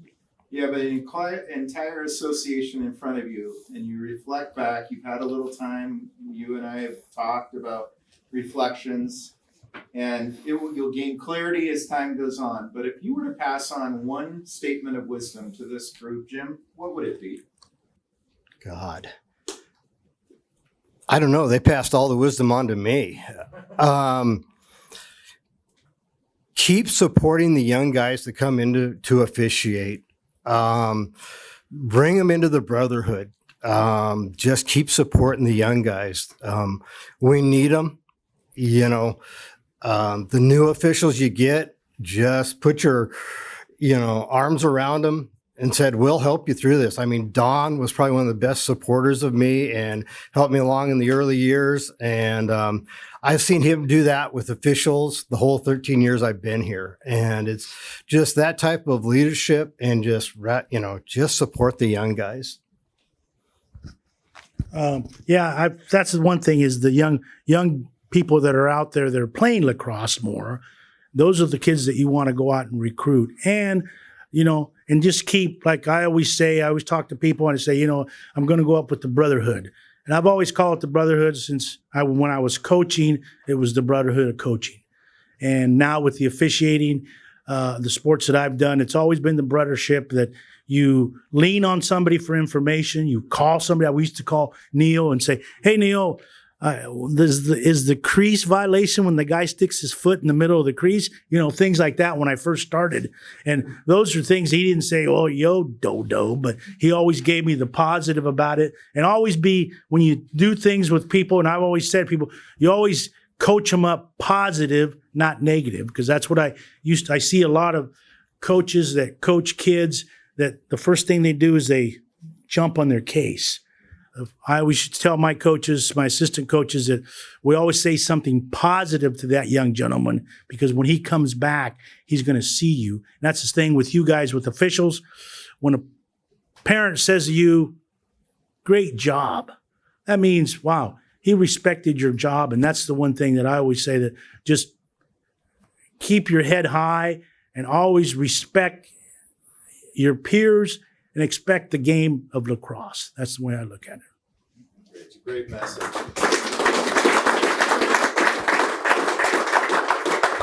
We're going to end with, please let the group know what you're going to miss the most.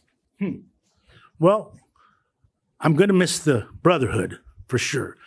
It's the one thing that you guys took me in as a little bonehead from Albany, and almost everybody knew the Mid-Valley Football Association was the laughing stock of Oregon. And I came into your guys' organization. You took me in with open hands, and you led me on a wild goose chase to one meeting that we had somewhere in Salem in the warehouse. And I drove around the whole 3 hours. Then finally somebody answered their phone, and I was only like 3 blocks down the road, but I did make it I got counted for the meeting, so that's what counts. But the one thing is that The meeting we taught mechanics. yeah, I forgot that. Yeah. So, but yeah, just keep up the great work. And one thing about it is I'm always going to support lacrosse. I support every youth program in the state. I'm always out there, boom, boom, boom. You know, I get people come up to me about officiating and whatever, coaching, and I always give them a positive. That's one thing that you guys always got to think about is if you have somebody negative to you in front of you, be positive with them, because you know what? They're going to look at you and go, where in the hell is this guy coming from? But that's the one thing. If you're positive on any term you do or any call you make, coaches, kids, parents are always going to respect you. And that's why I have respect for you guys, respect for this association and how it's taken off since I've been here. And the credit is to all the board members and all of you guys that we do an excellent job as officiating. I'm proud to say that I'm a lacrosse official. Thank you guys.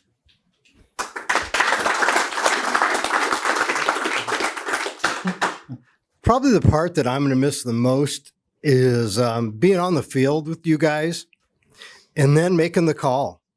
You know, every one of you guys and every official, it's having the knowledge and having the guts to make the call.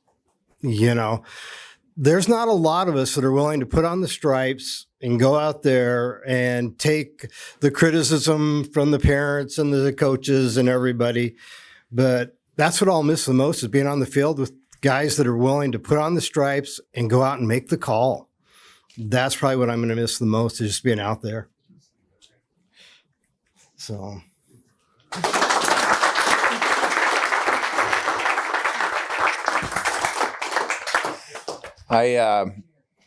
First of all, you both are incredible friends, and I love you both very much. You guys are incredibly inspiring to myself and the members in this room. I can't think of two guys who more get the culture of what we do than these two. So if you're looking up here and you haven't met these guys, this is what you want to aspire to be right here. As a small token, nice jacket for each of you. And I just want to say thank you on behalf of our association for your years of service, gentlemen. Join me.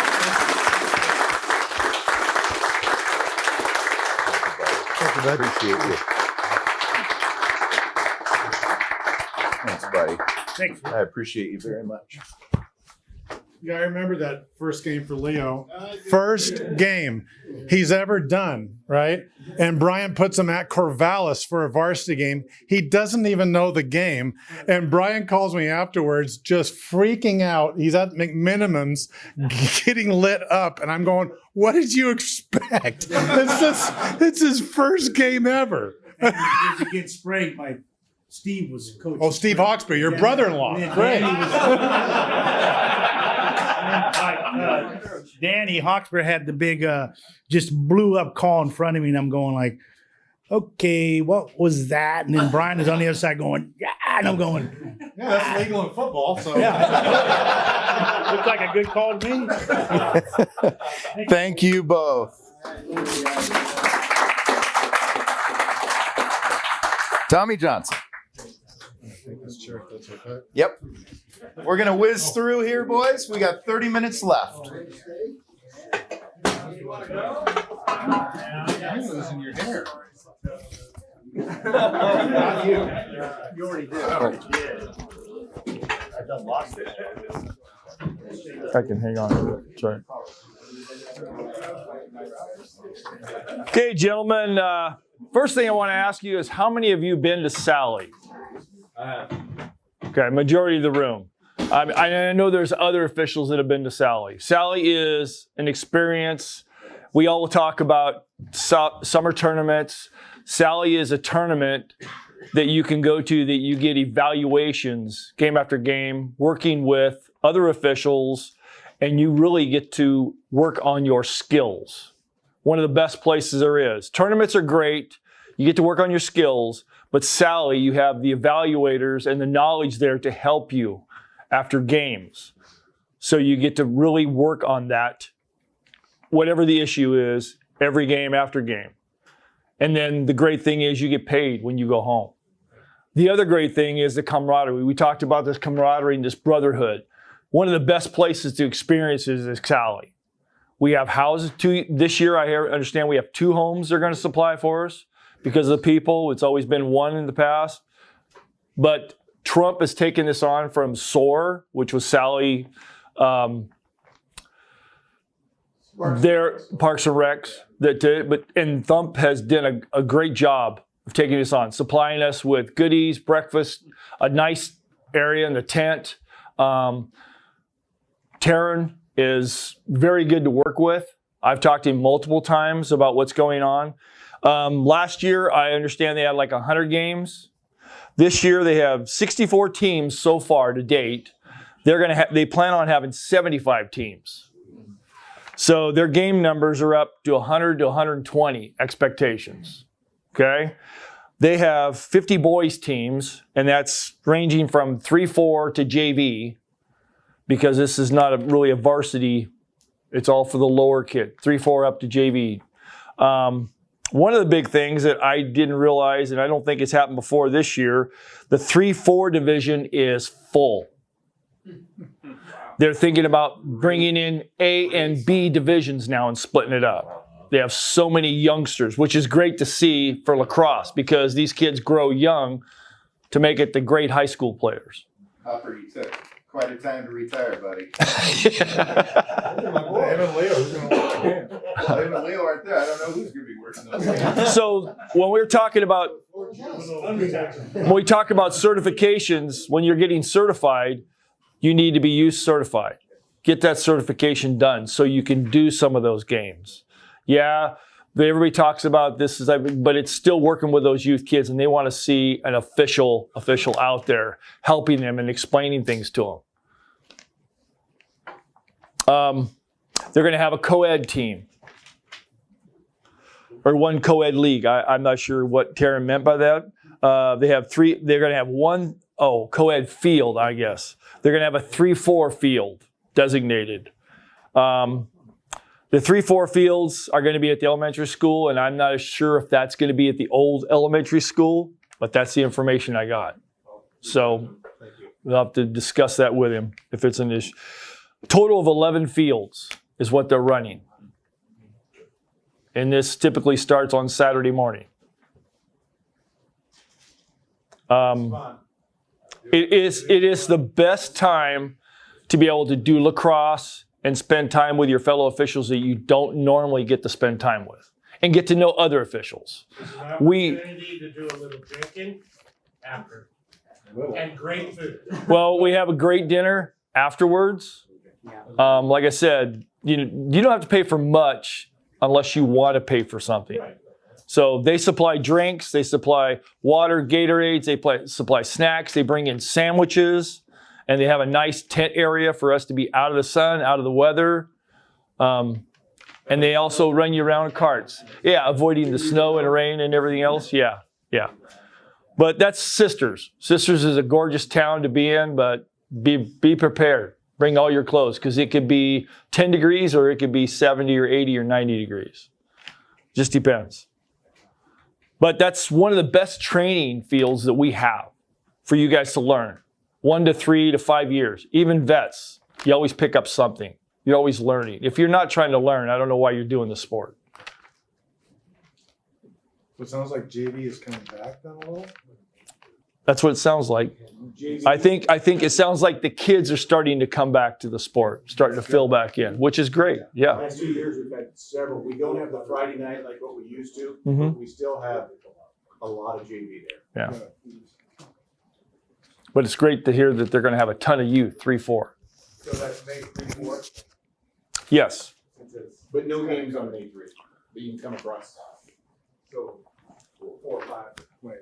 Correct. Per game. Well, he's got no. Sure, because it's The- cut off there. It's now on the The website, dates, it's on the website. and you can It's sign up through the for 5th. it. You can sign up for it right now. Yeah. Friday, Saturday. Yeah, you have to go on the OHSLA website, go down to the officials page, and it's on there. You can fill out your information and let them know.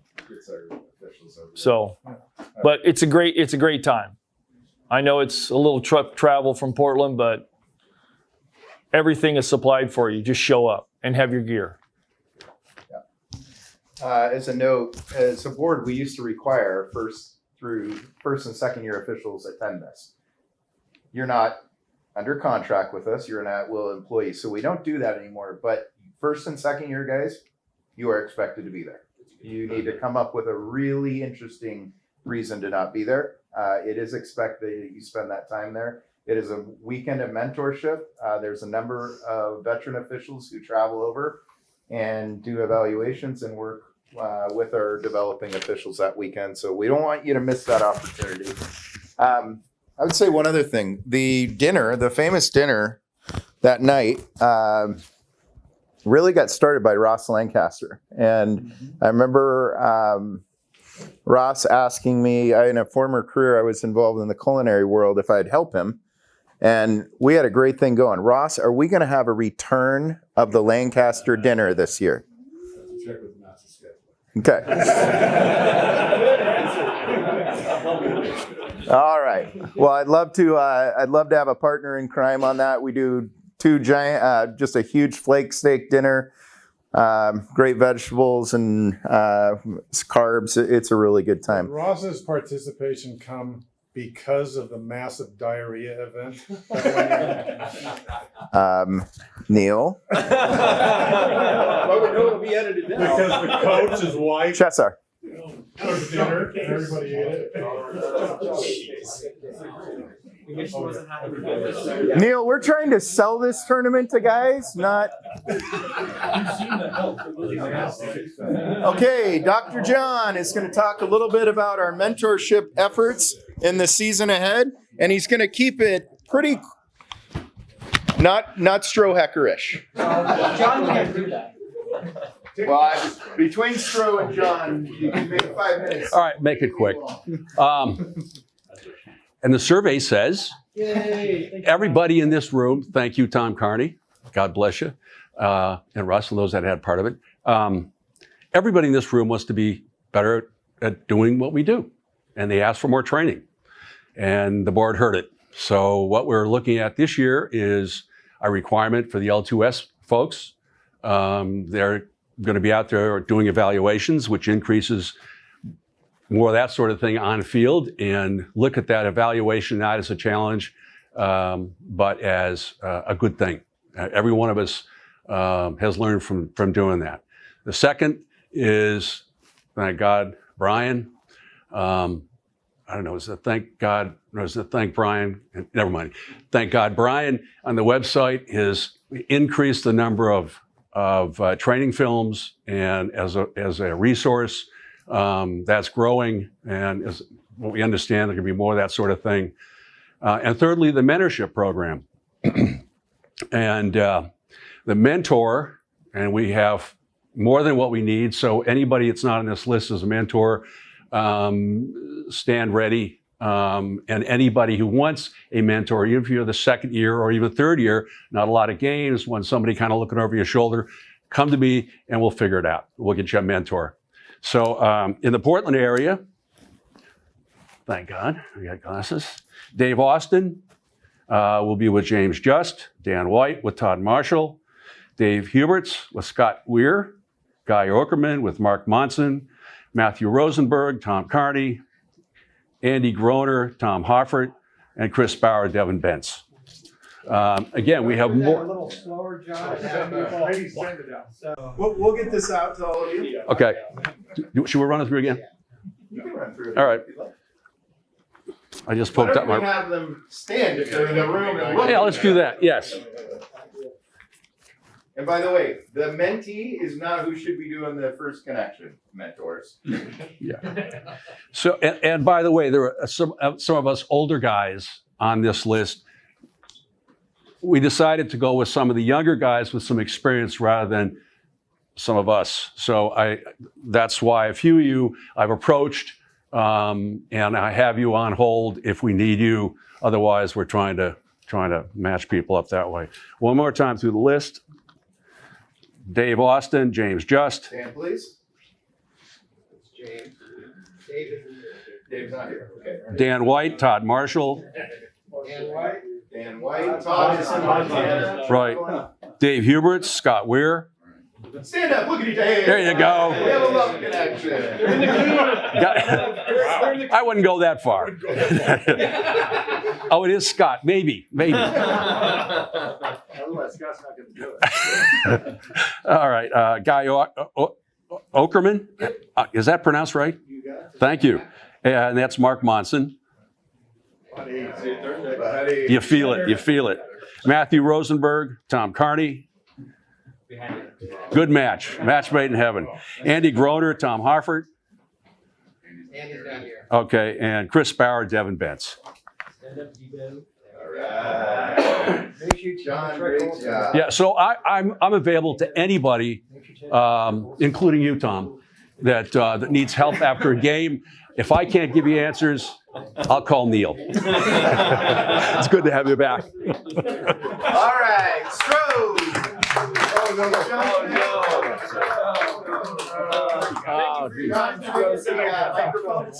Oh, no. Oh, I thought I got home with it. Hey, Strode. Yeah, Pat.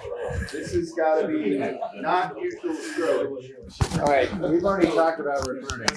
Oh, we have? Okay, so you're good? Yeah, pretty much. Good. Very quick. So quickly, All right, nice job, Strode. You got it. recruitment, we reached out to the men's club. So again, we heard about some of the men's players that are coming in. Reach out again. You Pirate, come on. I mean, really? One? Come on, we need a few. Right? I mean, all right. So, right? Okay. Need your help. Reach out to the community, parents. You know, somebody's bitching. Come on out. You can do better on the field. All right? Do I have another slide? So what you can do is attend games and other sports. Ask them. Football officials, I usually try when I'm working with football crews to try and get them out because they got flags. They can run. You can call, right? Or hoops. You know, you got Brando and others, players like that, or officials. Dr. Franz, Expanding Horizons. You know, we talk about officiating. So many of the outreach about officiating are, be an official, blah, blah, blah. It's about life skills. It's about communication. It's about life management. It's about preparation. It's really, you know, getting ready for the game. It's giving back, staying connected, being part of the game, staying fit. These are all things that you can talk about. It's not just officiating. It's a lot of different things to add to the conversation about officiating. Okay? So Just think about from things. the audience. Question from the audience. Would that mean you are personally going to teach us life skills? I'm personally going to keep. I know how to drink. You learn life skills. You learn life skills, right? Right here. It's all about time management, communication, right? Ryan is savage. We- Do not know how to drink. You don't have you've never been there. Okay, next slide, or was that my last slide? Yes. Yay!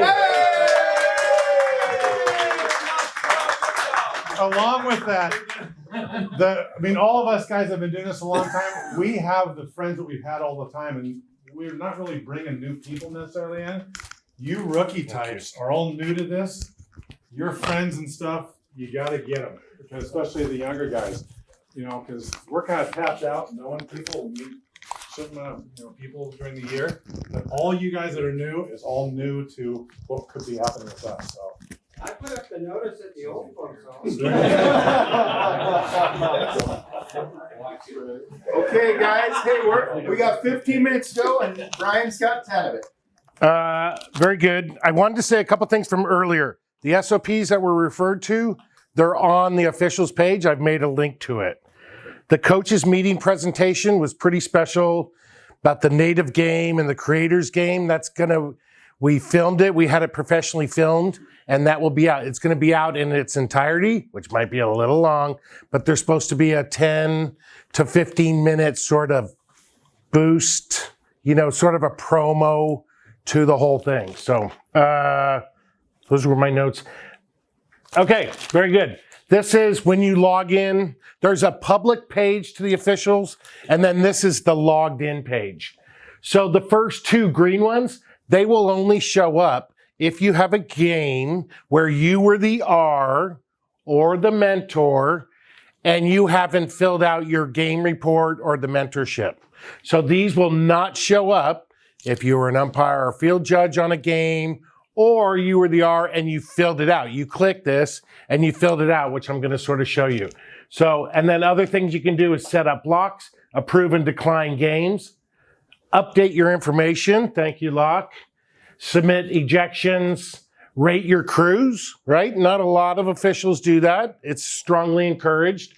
Rate your crews and then submit for payment. There's other things. I'm not going to go over those. Next slide, please. So this is updating your information. The address is huge. That's where checks are being sent to. That's where OHSLA will send checks to, is to the address. But email and cell phone is also important. Yeah, keep your address updated. Next slide. Setting up blocks. It's really critical for assigners. Assigners hate for turnbacks. It just makes that job 2 to 3 times as hard when there's turnbacks. All assigners for football, lacrosse, any assigner will tell you it makes it much more difficult. So there's an opportunity to put in blocks. I can't do games on Wednesdays. I can't do games on Thursdays before 7 p.m.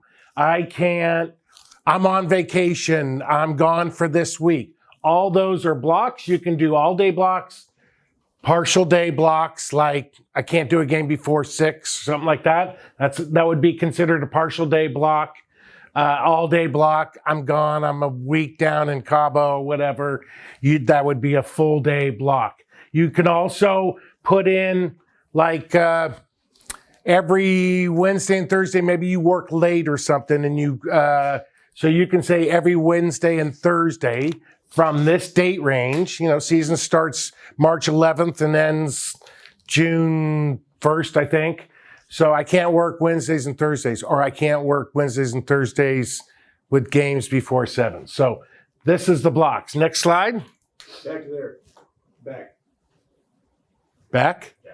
Go back. On the date range, put in your from and to dates, and then click the days. Like I already put in blocks for Wednesday, Thursday, and Friday specifics from the beginning of the season to the end of the season. So you got to remember to click your days also. Yeah, and also there's. I got to avoid those out. And there's also, put some notes.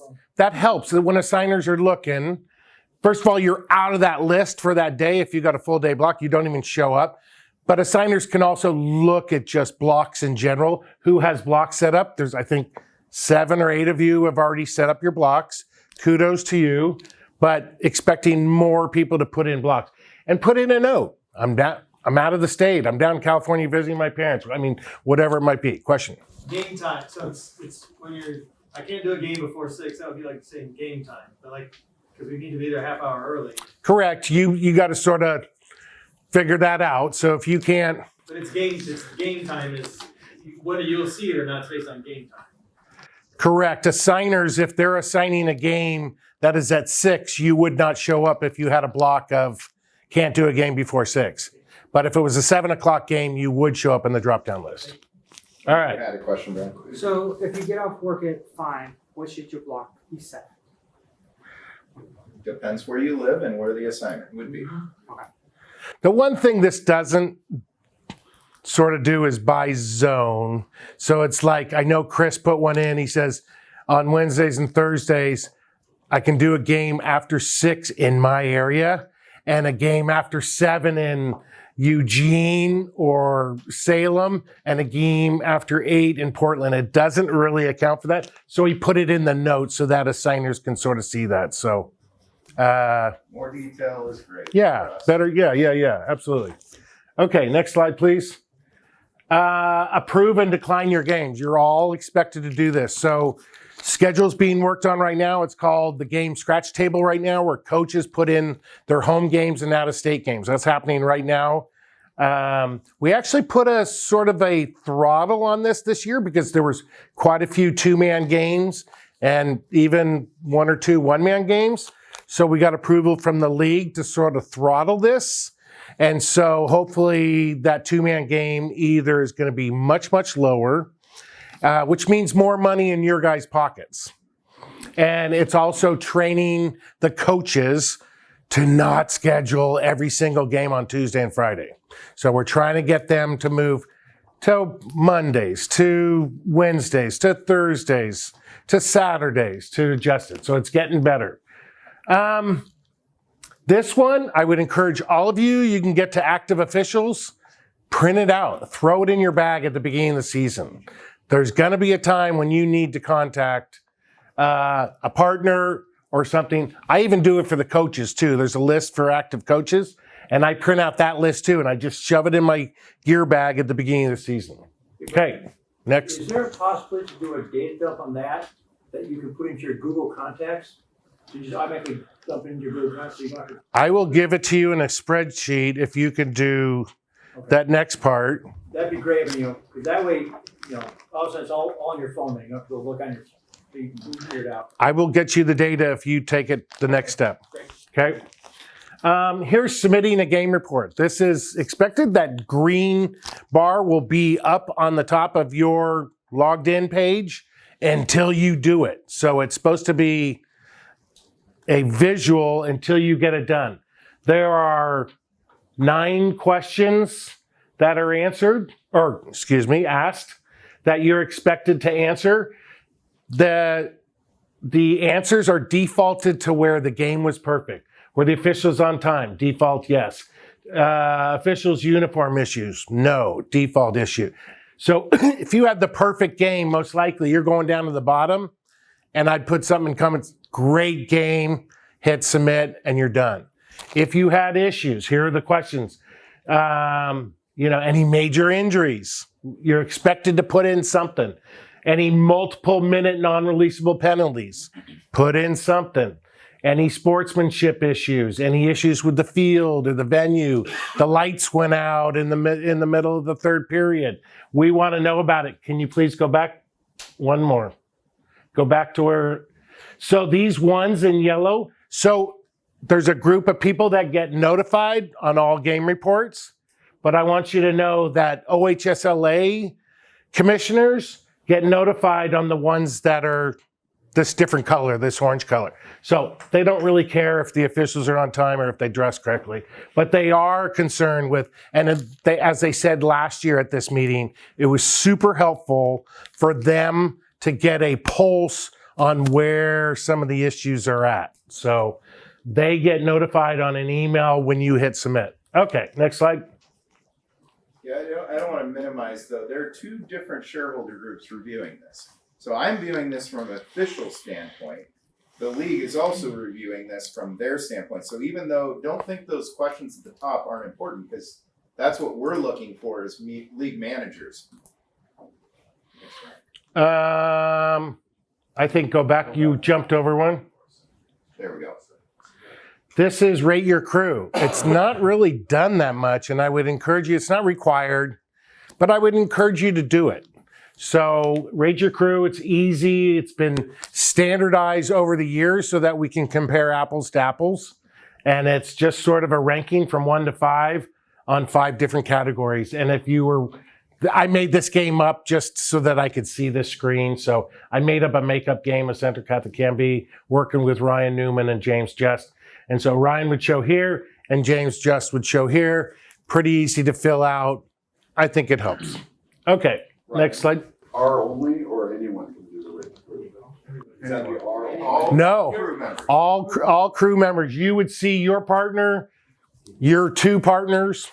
Yep, you won't see yourself. Can't rate yourself with all 5s. I won't allow it. As a first-year football official, we had this. This is one of the best things for me as a new official to work on officiating was feedback from the crew. I'm just going to encourage people, it's really helpful. Absolutely. Yep. Okay. How do we get that feedback, or how does an official get that feedback? What's the process? Yeah, I want to be a little bit careful about that. What's that? Yeah, it doesn't do it right now. It's meant to serve as an automatic feedback channel. I'm going to be real honest. There's very few set of eyes that see that purposefully. There can be some pretty pointed. What I'm looking for is the reviewer of that, and Russell is, do we have an issue? And then let's celebrate successes. We're really good about those two things. I'll be honest, the middle of the ground where, yeah, I had this little nitpicky or whatever, we got to elect what we get into. And we're really careful there, but we always celebrate big successes. And if we have a major issue, we address them privately. If you're going to have something in there that's a nitpicky thing, talk about it after the game or the post game. I mean, say, hey, hey Brian, did you see that foul in the third quarter where the guy hit the other guy in the helmet? Yeah, I saw it, but I thought he brushed it. Okay, cool, we're good. That kind of thing. Guy, question? Yeah, I was just thinking if we could collect these for the rookies at least, and then have those passed on to our mentors. So at least there's a body of work that might show some trends of where we're strong or where we need improvement. Yep. I can sort of see that on the back end. If that's what the board wants to do, I will make that happen. Summarize and sanitized version to take out any personnel comments that might. Yeah. But I don't think we have a broken system right now. I know. Yeah. Next slide. Submitting an ejection. None of us want to do it. This is how you do it. If you all officials have to submit, not just the R. All officials have to submit. I want you guys all to submit individually. So the game will be on your list to choose from. It'll be here. And then what's the select the ejection event? Was it a fight? Was it too unsportsmanlike? So it's an event. Was it on a player, coach, or other? And then put in their name or jersey, which you can get from the scorebook. It's a good idea if you have a really rough game or some kind of ejection, take a picture of the book. It's a great little trick. I just go at the end of the game, just click, and I have a picture of the scorebook. So if you know the penalty was on 13, you can look up 13 and get their name. Okay, next. Payment. Okay, you're all focused now. So this is the payment. It's two steps. So step one is it's going to list all the games. If it isn't correct, if it's missing a game, you see a partner that you didn't work with, whatever, stop and call one of these people or myself. I think well, your signers are definitely listed there. So stop, do not proceed, and make sure it's right. When it's right, you hit yes, I wish to proceed. Next screen. This is where it's going to start calculating your game fee, your travel fee, total, your dress, super important, okay? Your dress needs to be on there. Once again, do not click if the information's not correct. You could go out, correct your information, and then do the payment thing again. It's no big deal. As long as you haven't gone to the next step, you could go back and say, oh, my zip code's wrong.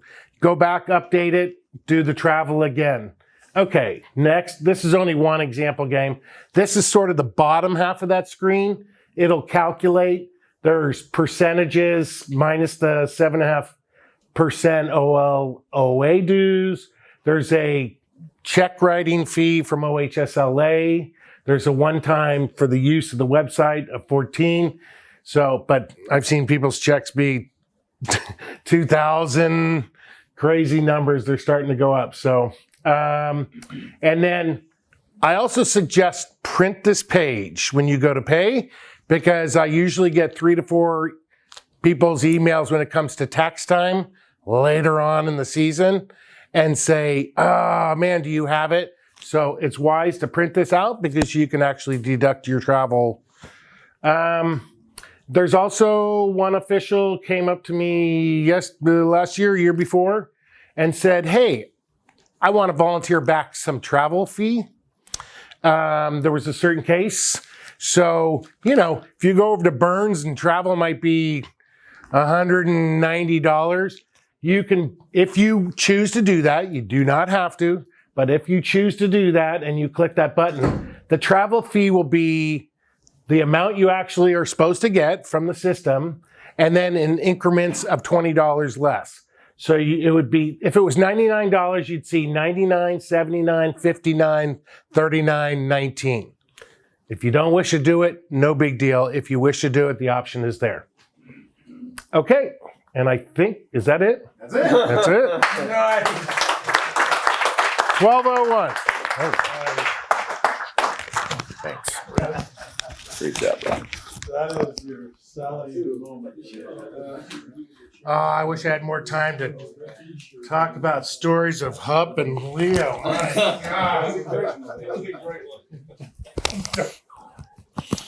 Well, we do have some sleepers in our crew. Let's go through real quick our regular some key dates to be aware of around and near the season. We start on Monday, March 11th.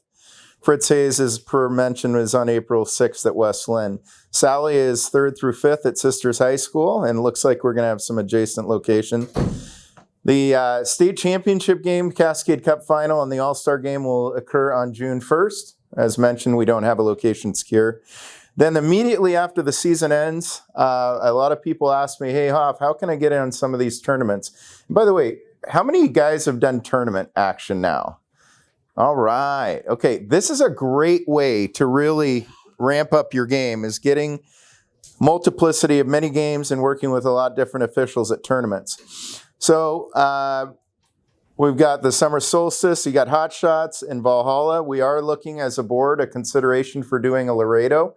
The advantage, yes, there is an expense of about $1,500 when you host the Laredo. 8 out of the 16 positions are labeled for your crew members. That's a huge advantage to us. So like if a Laredo is in Washington, we only get a couple spots through application. If it's here, we get a higher slot allotment for our guys we wish to send through. We have the Oregon Lacrosse Classic, the Gathering in Whitefish, Brawl in McCall, Inland Cup, and then we are going to do another collegiate tryout next October. We did our first in 5 years this year, and I'll have a comment about that in a moment. The Space Needle Shootout and the Valhalla Winter Jam wrap up the year for those interested. Nick Harrigus, myself, and Don Huber are your off-season tournament directors. Most of those go through Don and I, but Nick is involved in a couple. Just a reminder, everybody needs to be wearing their jackets on and off the field. $40 for the first-time jacket. A replacement cost is $55. Please make sure you notify me of your need. We do have some jackets, by the way, here today if you need a replacement or purchase. All checks need to be routed to Locke Chandler, care of OLOA. New officials, you will not receive your jacket until we receive your payment. This is not an optional piece of clothing. So you do need to buy this just like the stripes with flags and everything labeled, as is your jacket. All right, let's just go through the must-haves. Must attend 1 4-hour annual meeting. Congratulations, you've all done that. Attend a minimum, we want you at all 3, but a minimum of 2 out of the 3 2-hour training classes in Salem, Portland, and Bend. Eugene, Bend does theirs in 2 3-hour sessions. You must complete your tests and send test results to STRO once they're done, as well as submit your independent contractor agreement and then adhere to our conflict of interest social media. And we will, in veterans training, go through concussion protocol. Rookie officials must complete all this plus 6 hours, 6 2-hour training sessions, and have, in theory, an on-field evaluation. What that truly is, rookies, is we're going to take you on a scrimmage game. So every rookie will have a scrimmage game before asking to serve on a high school JV game.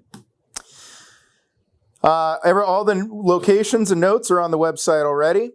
If you have training topics, if you would please send them to Russell Dean, Don and I can be CC'd, but I really would like that routed through Russell Dean on our veterans training. And as a reminder, if you fulfill the requirements and have perfect attendance at all 3 veterans trainings, and you already knocked the big one off today, the 4-hour annual meeting, you will receive a VIP pass for the Final 4. That's the Wednesday games as well as the Saturday games. That's some good value. That's, I think, a $15 ticket on Saturday and a $10 ticket on Wednesday. If you have questions as you start going through your tests, Russell's a great resource. In fact, he's one of the best.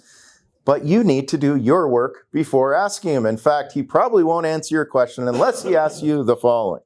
Have you read it in the book? Have you tried to look it up? You've emailed it to him. Maybe you have a question and you know the rule and the section number. Make sure you reference what you're questioning in that, and then provide details in your questions, and you know how to get a hold of Russell. Already talked about the season starting on March 11th. All U.S. lacrosse memberships need to be renewed by February 11th. Starting on February 12th, I go through the portal, and if you're not in, you've made work for me, and I'm not really thrilled because now I'm having to. How many of you are adults? Great. You understand my point. Your boss doesn't have to come shake you down for stuff. I don't want to have to either. You must complete the test by February 25th. If you do not pass it by February 25th, you can still officiate. You will not receive a game assignment until April 1st at a minimum. Tom Johnson, Don, and I spend a lot of time scheduling. And it's a real pain to be waiting on our guys. So let's just not have that problem. I'd really appreciate it. You have to pass by 85% and send your finished test. You're going to get an automated email from USA Lacrosse when your test is completed. Just forward that to James Strohecker. Is that open now? It is open now. Yep. In fact, a few of us have completed it. Has anyone seen the PDF version? There's none. So I took the test, and let me just volunteer this. The interesting thing about the test this year is that they're all multiple choice like normal. If you miss a question, it's going to tell you missed it, and it's going to give you a try again. And it gives you a chance to change your answer. If you screw that up, then it's going to be wrong. So I missed 2 like that, and it's obvious, like all multiple choice, 2 of the answers are ridiculous. So it's really one or the other. I missed the other, and I should have picked the one. I went back, picked the one, and it gave me credit as a right answer. So you kind of get a lifeline a little bit when you take the test. That's Hall of Fame right there. In past years, it doesn't let you complete or finish the test if you get 85% anyway. That's right. Yep. Yeah, you basically just have to keep taking it, you turkeys. Okay. We're going to have our first inanimate object going into the Hall of Fame. Hupper's one arm. We'll let Neil explain that to you. Gentlemen, we are a little bit past our time. Thank you so much. I do want to make... Real quick, like Tom, this is going to be available on the website after we do our other annual meeting? After the other 2 are complete. Correct. So you don't have to worry about recording all this stuff. So a couple key things to note. Don, did you need an announcement about supplies? Yes, I have patches here and coins if you guys would like to purchase them today. So U.S. Lacrosse patches and Oregon. Are you supposed to change the U.S. Lacrosse patch? Cash or usually Yeah. Okay. Cash or a check? Cash or a check payable to the OLOA. Hold up. Hold, please. Davis. Pictures, if you need a picture taken. I've got 6 done so far. I know there's more people in here that need them done, so. Okay. I want to close with this. It is something we all should aspire to reach the highest levels of the game. And as was previewed, Don Huber is our District 11 governor for collegiate lacrosse now, which is a huge win for our entire region. I also want to say another really big kudos and a big moment that should be celebrated. We kick off the collegiate season next Saturday, a week from today at 2 p.m. Lake Oswego High School neutral site game. Oregon State will be playing, and I'm extremely proud to have on my crew, in addition to Strohacker, Platts is traveling. I am very thrilled, and I hope you join me in congratulating him. Devin Bentz will work his first.